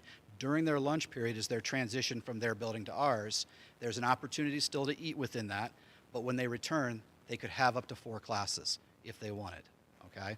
And so that's the description there. The same goes for the senior year. The senior year, you would be in our building to start the day, taking 4 classes. A little more leniency there, but we inverted the government in the junior year to reflect the requirement for a 3rd science, putting it into your senior year. Now, some students in their vocational programs take a science over there, so they wouldn't need to, but they could take science with us as an elective, whether it was an astronomy class or an environmental science class. And so they could still pick to have a course with us. But they would get an opportunity for 4 classes here, just like the afternoon group would get 4 in the other in the afternoon for the junior class. And then they leave when we end that period to go to lunch. They would transition, get on a bus or drive themselves to CVCC in time to get there for their start to finish their afternoon program at CVCC. And so I tried to tableize it to make it look like what their day would be without the specific details. But we will recommend for all students going to CVCC, you got to have a 4th English. You have to get to 4 Englishes. So there's an English every year, and you have to get to 4 math, so there's a math every year. We'll oscillate between a social studies your junior year and a science your senior year, or you could do science both, or you can take more classes, but we're going to make sure that you're at least a minimum full-time student. After this page, it describes everything about all the courses specific to CVCC for whatever year it was pasted in here, okay? Now, CVCC does change programs, and I would recommend that we get out of the business of trying to keep up and make edits to their program as they make them. And we simply, within the paragraph up at the top on that page 50, I put a link. The application's online. It's at CVCC Works. Down at the bottom, there's another reference to please note program fees. Oh, it's at the very bottom. Check out CVCC Works at EDU for the program information. So the very last line of page 50 on mine. It's that circular link. I'll make it blue so that it jumps out for students who are wanting to investigate that. But then we don't have to, by extracting that from our program of study, means we don't have to keep track of their changes, which amounted to about 15 pages, or a quarter of our book. So, do you have any questions? That was, like I said, normally and hopefully every year moving forward, I really will give you a 1-pager that says, take a look at the changes I'm proposing on page 7, okay? But because there were a lot of things, my first year here, I really went through with a fine-tooth comb. I got input from the teachers who teach these subjects. Tell me what really goes on. I got to go see it too. And so it took a lot of input from other people to get to where we are with this version that I'm proposing to you guys. Okay? So, Mr. Dutray, I do have one question relative to the interplay between CVCC curriculum and ours. And I understand and appreciate the idea to split the two or to exclude theirs because of the administration. I assume that our guidance department works with CVCC staff to integrate those aspects of a student's curriculum with ours, so that it appears Absolutely. It's one kind of invisible type Yes, presentation. because we do it, and so we'll continue to provide field trips during their freshman year. We do multiple field trips with a student their sophomore year, as we try and go, do you want to go to CVCC? Mm-hmm. And then we narrow down the programs and we talk about what's the curriculum in those. So I had used the example of taking a science. Honestly, English 3 is the most likely one, and so if they take a certain program at CVCC, then we would strike the English and ours, and that is done through collaboration between them and us. And so what I would say is there's an extra layer of eyes looking at a student who's in 2 schools as opposed to just one for a student who's in ours. Now, we do checks and balances. So, and part of one of the things that I'm going to bring forward in my support for getting a schedule ready for next year before the end of this school year. We'll be sending home verification sheets to families each month along the way to go, do we have your requests right? Is this right? Here's what we have for you. Here's what we have. So you'll see one, the first request is provided to us through the course scheduling worksheet. We want these classes. We'll send a push back at the beginning of March. We'll send a push back at the beginning of April. We'll send a push back at the beginning of May and go, are we still good with this? So that we don't have last minute changes. So we have appropriate staffing in all our classes and that we have distribution so we don't have high numbers in one section versus another. So. Very good, thank you. Well, thank you for your keen eye and your attention to detail. Yeah. It was quite an effort, so thank you. And if any questions come up, shoot me an email and I'll do my best to answer or talk to whoever asked you the question. Great, thank you very much. And any other questions? Thank you, Mr. Trey. Thank you for your time. Sure. Mr. Young, I believe that takes us to item 6, Treasurer's Business. Mr. Muccio. That's correct. Thank you, Mr. Dobbins. Item 6A, approval of minutes. Motion to approve the minutes of the January 11th, 2023 organizational meeting and January 12th, 2013 special meeting as found in attachment T1. Item 7A, motion to accept the bank reconciliation financial reports of Kemetz Report 3 as of December 31st, 2022 as prepared and certified by the treasurer is accurate as found in attachment T2. 7B, motion to approve new vendors for the school district for WNIC taxes. 7C, motion to approve purchase orders over 5,000 as found in attachment T4. Item 7D, motion to approve district legal counsel of Brinson McIntyre and C to use appraisers Sharon Boo, Roger Sowers for a cost not to exceed $20,000 to assist in defending property values for the provisions as presented. Very good. So may I have a motion to approve the treasurer's consent agenda items, please? So moved. Mr. Suchaki moves. Second. Ms. Etter? Ms. Etter seconds? I'm sorry, I didn't understand. It was you or Ms. Prowse. Great. Is there any discussion? Mr. Muccio. Yeah, I just wanted to point out a couple items here. I'm going to circle back to 7A for the financial reports. Let me start at 7B first, new vendors. If we were to look at that lead sheet, T3, the new vendors, we just have 3. First one, which is actually a surprise to me, we never had the Allison Rose Foundation as a vendor in our system. So we added that one. They did a fundraiser charity on food allergies over at the elementary school, which was great. Second one is gymnastics and fitness center for competition sites. And the third one is for district drinking water filtration.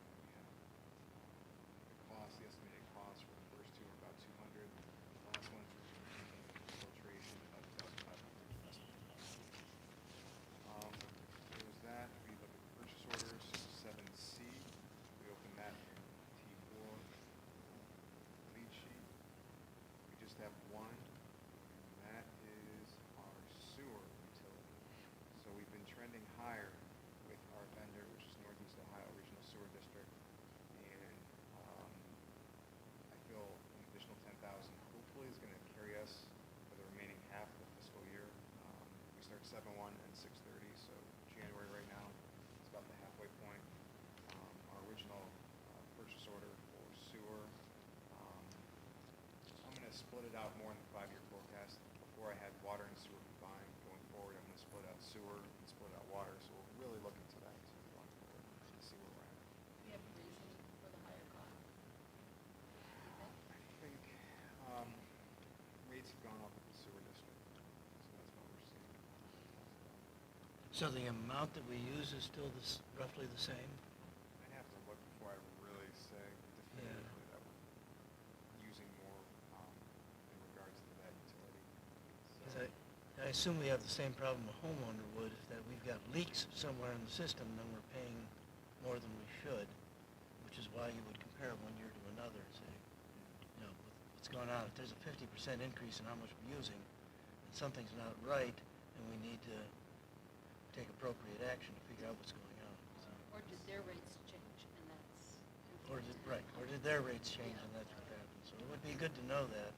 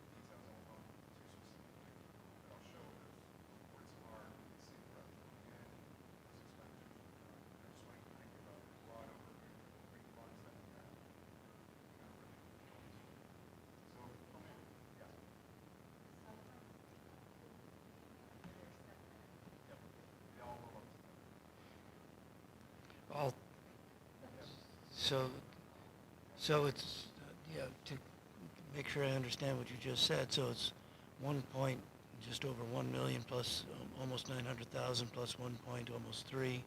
So those three get added together, that's the permanent improvement fund. Correct. Okay, just want to be sure I understood.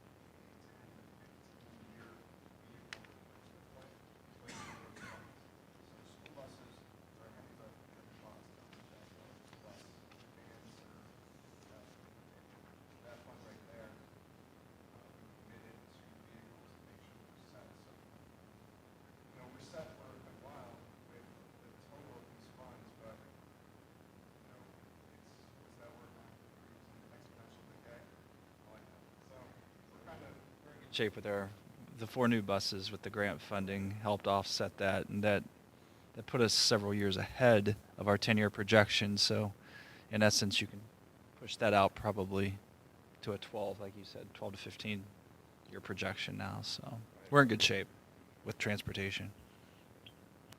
The other funds, concern about 800,000. But again, if we commit, private school district bills $400,000, we have to figure that up. We say $1 million, how much goes to the fund? How much goes to the technical fund? How much goes to the other? Like the last one. It's tricky. The bill doesn't generate as much, so that's why we really have to make dollar stretch here. That's the realization where we're at. Let's look at the details. Spend a lot of time on this.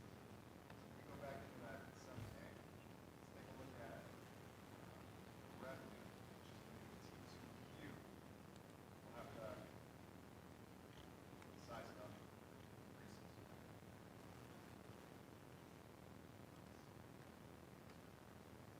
So this is set up in a similar fashion, but all my other revenue and expense accounts that I do. 1 through 11. So rows 1, 2, and 3. So that's the revenue that goes into the first permanent on that tax. Or our account. We have our charter steel tax revenue sharing. Below, we have this breakdown. So you can see the number, you can see the years in which we're collecting the revenue. Those are going to be the 15 years. So, but collecting about $60-some thousand each section. There's one for real property taxes, one for real income tax revenue. So about $120,000 that we get into that account. The next couple rows, 4 and 5, that's our community reinvestment area, CRA, NIDA, a couple years ago, 2019. We can see that came in down below was 23,000 that we received, plus we got the rural payments of $7,000 in 3 rows.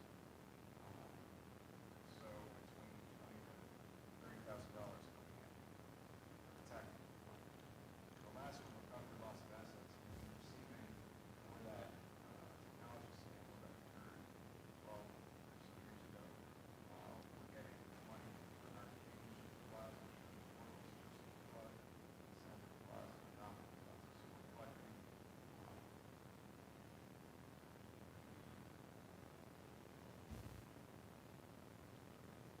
reimbursement for the crimes.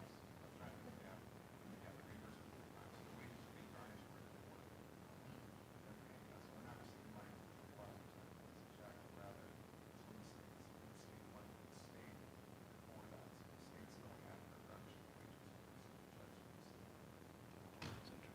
But even that, we receive about $7,000 a year. So there's not going to be an output. It's going to take them a while to get up to that 4 million number. So these are how our funds are committed at this time, the revenue side. Now let's look at the expense side. So it's T2R. Sorry, expense set up the same way. We have our 3 accounts lined up. So there are 13 rows, rows 1 through 6.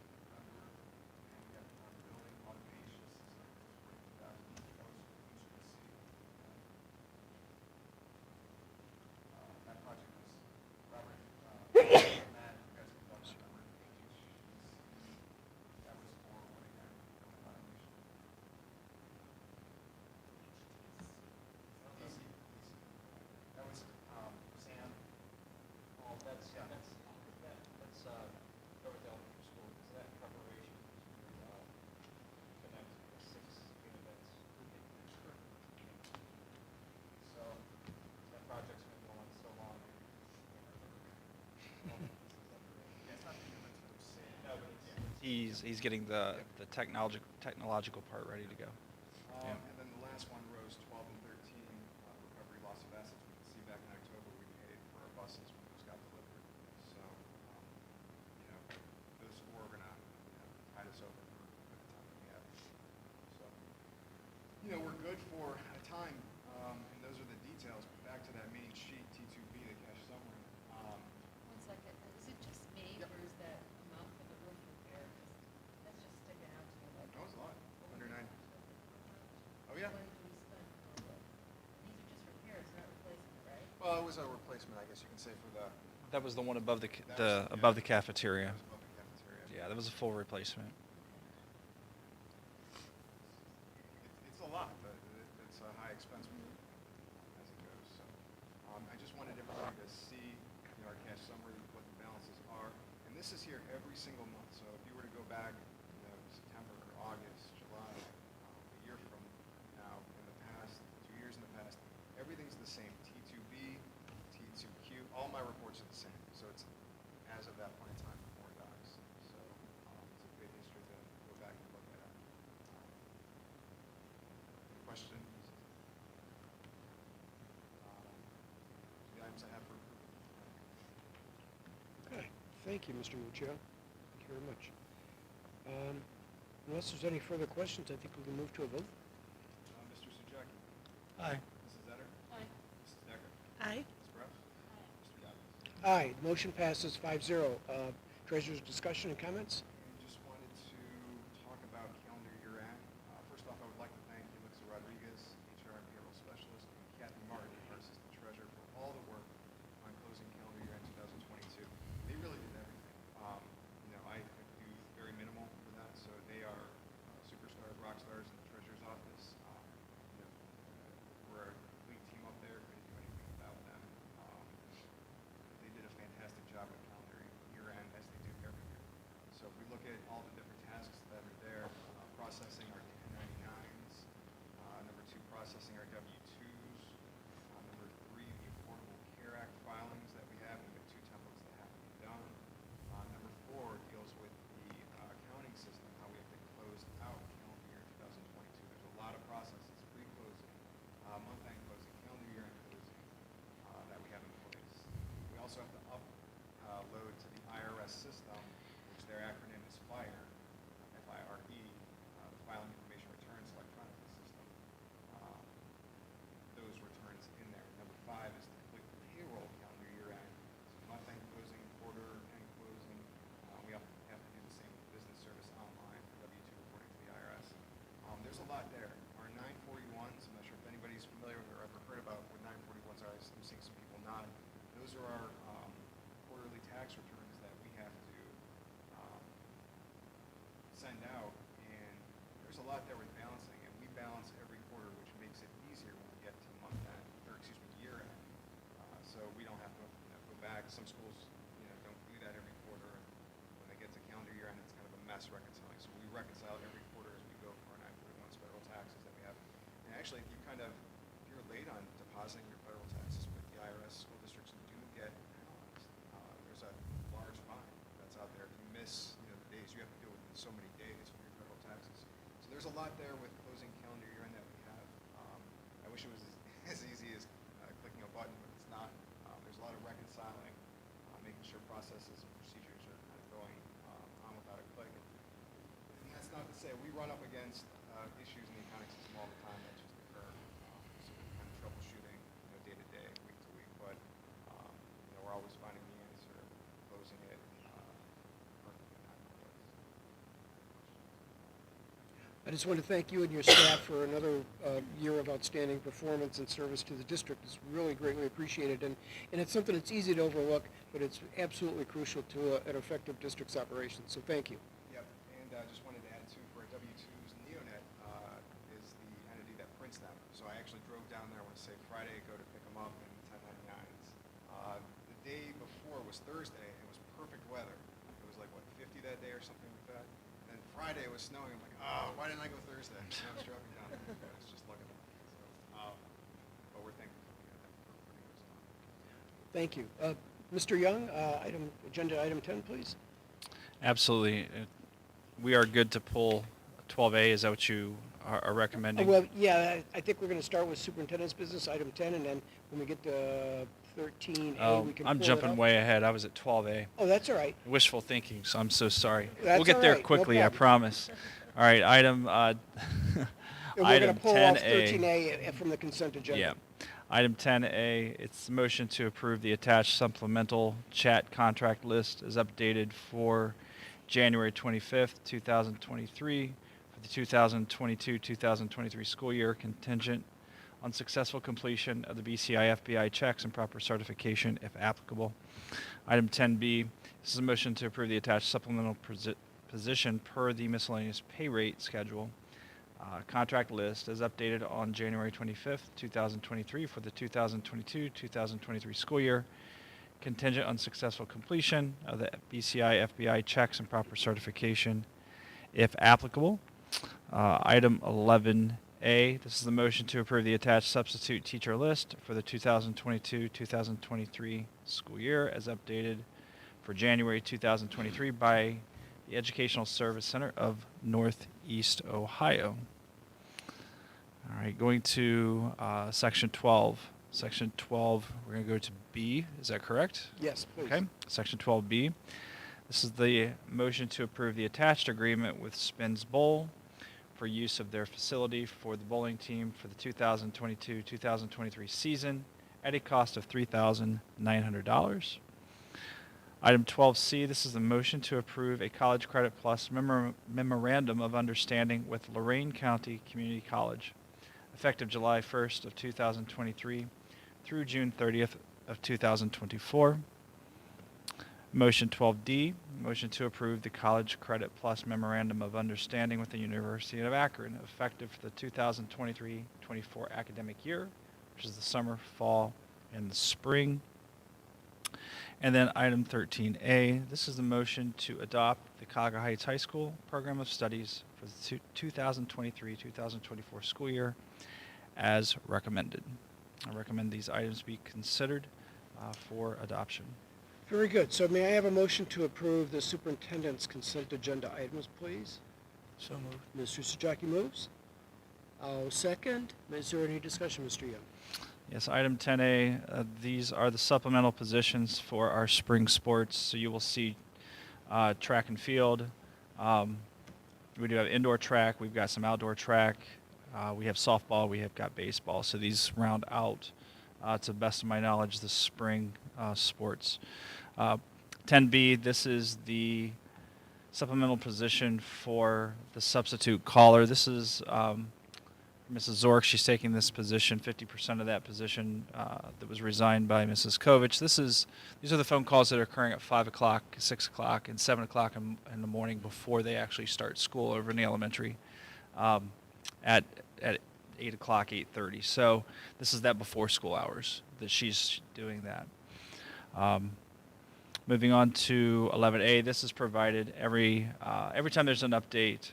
We receive this from the Educational Service Center, so you can see it's highlighted the individual that was added to this list. They ensure that all those individuals go through proper background checks and have proper licensure, as you see for that individual. For 12B, from what I understand, this is actually ahead of schedule, even though the season's going to be over in a month. Mr. Evans says this is a victory that we got the contract before the season was over, so we're making steps in the right direction. This is for Spins Bowling for our boys and girls team at a cost of $3,900.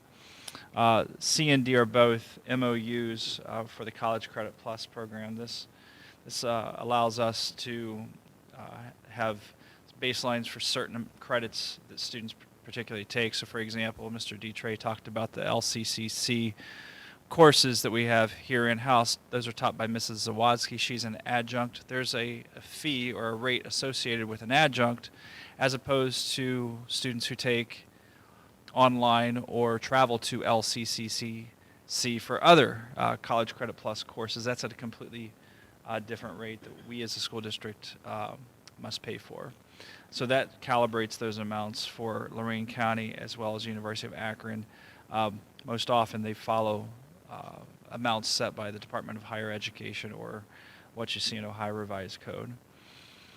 The program of study, Mr. Dutray, thank you for your time in going through that. I know being new as the head principal of a middle school and a high school can be daunting. I've done it.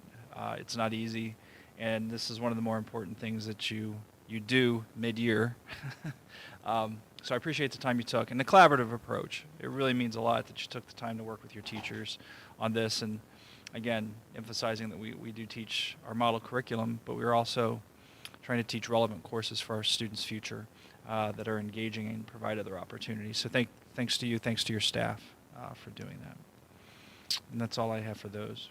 Okay. Well, if there's no other questions or comments directed to Mr. Young, we can move to... I Oh, do please. have one item, though. I thought in the program of studies, we addressed LCCC specifically. I didn't see the University of Akron in there. Is there a reason? The reason why LCCC is in our program of study is because those courses are taught at Cuyahoga Heights. They're taught Okay. in-house. But we have students who take courses at Tri-C. We have students who take them at LCCC. We have students who take them at Cleveland State. University of Akron, actually they can take them anywhere in the state of Ohio. The only ones that are done on-site. Those three are the only ones that are done on-site, Okay. taught by our teacher, and that is something that a lot of school districts in Ohio have really pushed to embed College Credit Plus within their own hallways, because if they're taking College Credit Plus here, they're likely to stay here and take our other courses, as opposed to once I'm at LCCC online, well, I'll just take other classes online. Listen, my boys both took advanced placement and they took College Credit Plus, and it saved us money. But my kids stayed on campus because Wadsworth offered something very similar to what we do with the LCCC courses. Okay, thank you for the explanation. Absolutely. There'll be other memorandums of understandings as they come in. These two just came in the last week. Are there any other questions or comments for Mr. Young? Okay. Hearing none, let's move to a vote, please. Mr. Souchaki? Aye. Mr. Rapp? Aye. Mrs. Decker? Aye. Mrs. Etter? Aye. Ms. Prince? The motion passes 5-0. Agenda item number 15, Superintendent's reports and comments. Mr. Young? I'm not going to take up much more time. Just I want to continue to wish Mr. Evans well as he's recovering. I know he's getting better every day. So we'll see. I think he Great. would like to have been back yesterday, but he's got to take time to heal. But he is making great progress. I've been in communication with him often, and he's continuing to do his best work from a distance. So wish him well. Good to hear, and we wish him well. Moving on to agenda item number 16, board business resolutions. There is one on the agenda this evening, and that we've discussed this previously, and it's my understanding that both our board members and the administrative team would be available on Monday, February 6th, and so we're proposing to move the regular meeting from Wednesday, February 8th, 2023 to Monday, February 6th, 2023. It would be held in the same location, which is the Bonner Ray Media Center, Professional Development Room, and it would start at the same time, 6 p.m. So I'm making that motion to switch that meeting, and then Mr. Muccio would then, if it's approved, would then send out public notice reflecting the change. So may I have a second? Second. Ms. Decker seconds. Any discussion? Hearing none, let's move to a vote, please. Aye. Aye. Aye. Aye. Aye. The motion passes 5-0. Mr. Muccio, we appreciate your efforts to get the notice out there on a timely basis. So with that, there was really nothing else for the board consent agenda. Any discussion items? I'll just kind of go down the list. Ms. Prowse, do you have anything for the group this evening? Okay. Ms. Etter? I enjoyed the girls' basketball game on Saturday afternoon, where it was very entertaining. We've got some great talent there on the floor, on the court. And also I enjoyed the recognition for Coach Macleod with his 300th win, which is now, I think, 304 wins. So, Good. Good. Ms. Decker? Just a congratulations to all the students of the month. It was nice seeing them all here tonight, and big group with 2 months, but it was congrats to all those students. Good, thank you. Mr. Shockey, do you have anything? Yeah, before this meeting at 5:30 this evening, we had a meeting of the Technology Committee, um, which is why I walked in here at about 2 minutes to 7, along with Mr. Young, because we had a lot to discuss. But very briefly, we need to upgrade our wireless system in all the buildings, which means all new switches, all new access points. It's going to essentially use everything we have left in the E-rate account. E-rate covers half of what we spend on technology based on our student populations, the number of our students who receive free or discounted lunch programs. It will wipe that out, it looks like. Every 5 years we can get another batch, so we're going to be done with E-rate for our current allocation, which is good. There's no reason to leave it behind. We want to use it. We will probably switch from, I believe we have, do we have Cisco now? I can't remember what we have now. It's or Extreme. We have Extreme now, right? Okay, we have Extreme now. I'm not familiar with them. We are switching to, I can't read my own handwriting, Aristan. Okay, which is probably, which is very similar to the industry leader, which is Cisco, but about half the price. So we will switch to that. It's going to cost us about $300,000. Half of that will be covered by E-rate, $150,000. That's going to happen fairly quickly because we really need to get moving and get everything in place by the start of next school year. We discussed quite a few other items, including copy machines, phones, and staff laptops, but nothing to be brought to the board at this time. However, we will probably be seeing a motion on the agenda on February 6th to get started with the switches and access points. Okay. That's all I got. Okay, thank you. I've got a few items. One, firstly, I think most of the board members may have received that email from the ESC about the Northeast Regional Meeting next week. I believe it's next Monday evening at Shaker Heights High. It's a free event, but I just would remind people if they're interested that that meeting is occurring from 6 to 7:30, and I believe that the OSBA's legislative liaison may be present to answer questions and do a brief address to the group. I don't know, because there's no fee involved, I don't know that the board needs to formally approve that, but my schedule permits, I may attend that. Yeah, actually, we would get a stipend for attending a meeting. Okay, so if it's a paid, outside, so if it's a paid commitment. I don't know if we need a motion for that or not. That's I would think we would if we plan to be compensated for it, so I would put it out there if, I'm on the fence as to whether I'll be able to attend or not, but I just want to remind everybody, if there's interest, we can vote on it and adopt a resolution. If not, we can move on. Okay, hearing none then, I'm going to move forward. I want to thank everybody that attended last night's BEST Committee meeting. The presentations by GPD and our administrative team were very informative, and they spurred a lot of good questions from the attendees. I would also note that we have facilities, that our administrative team has scheduled facilities walkthrough meetings this Saturday morning, I believe, and then next Tuesday evening. Prior registration is requested, so, and those details are online, so please consider attending for anyone who might be listening to this meeting. And with that, I'm going to move to future agenda items. And what I wanted to do is just bring it to the board's attention that I would ask everybody to look at their calendars to check on their availabilities, because we have several meeting conflicts with board members between the meeting of the first week of May, which I think is May 10th, is it?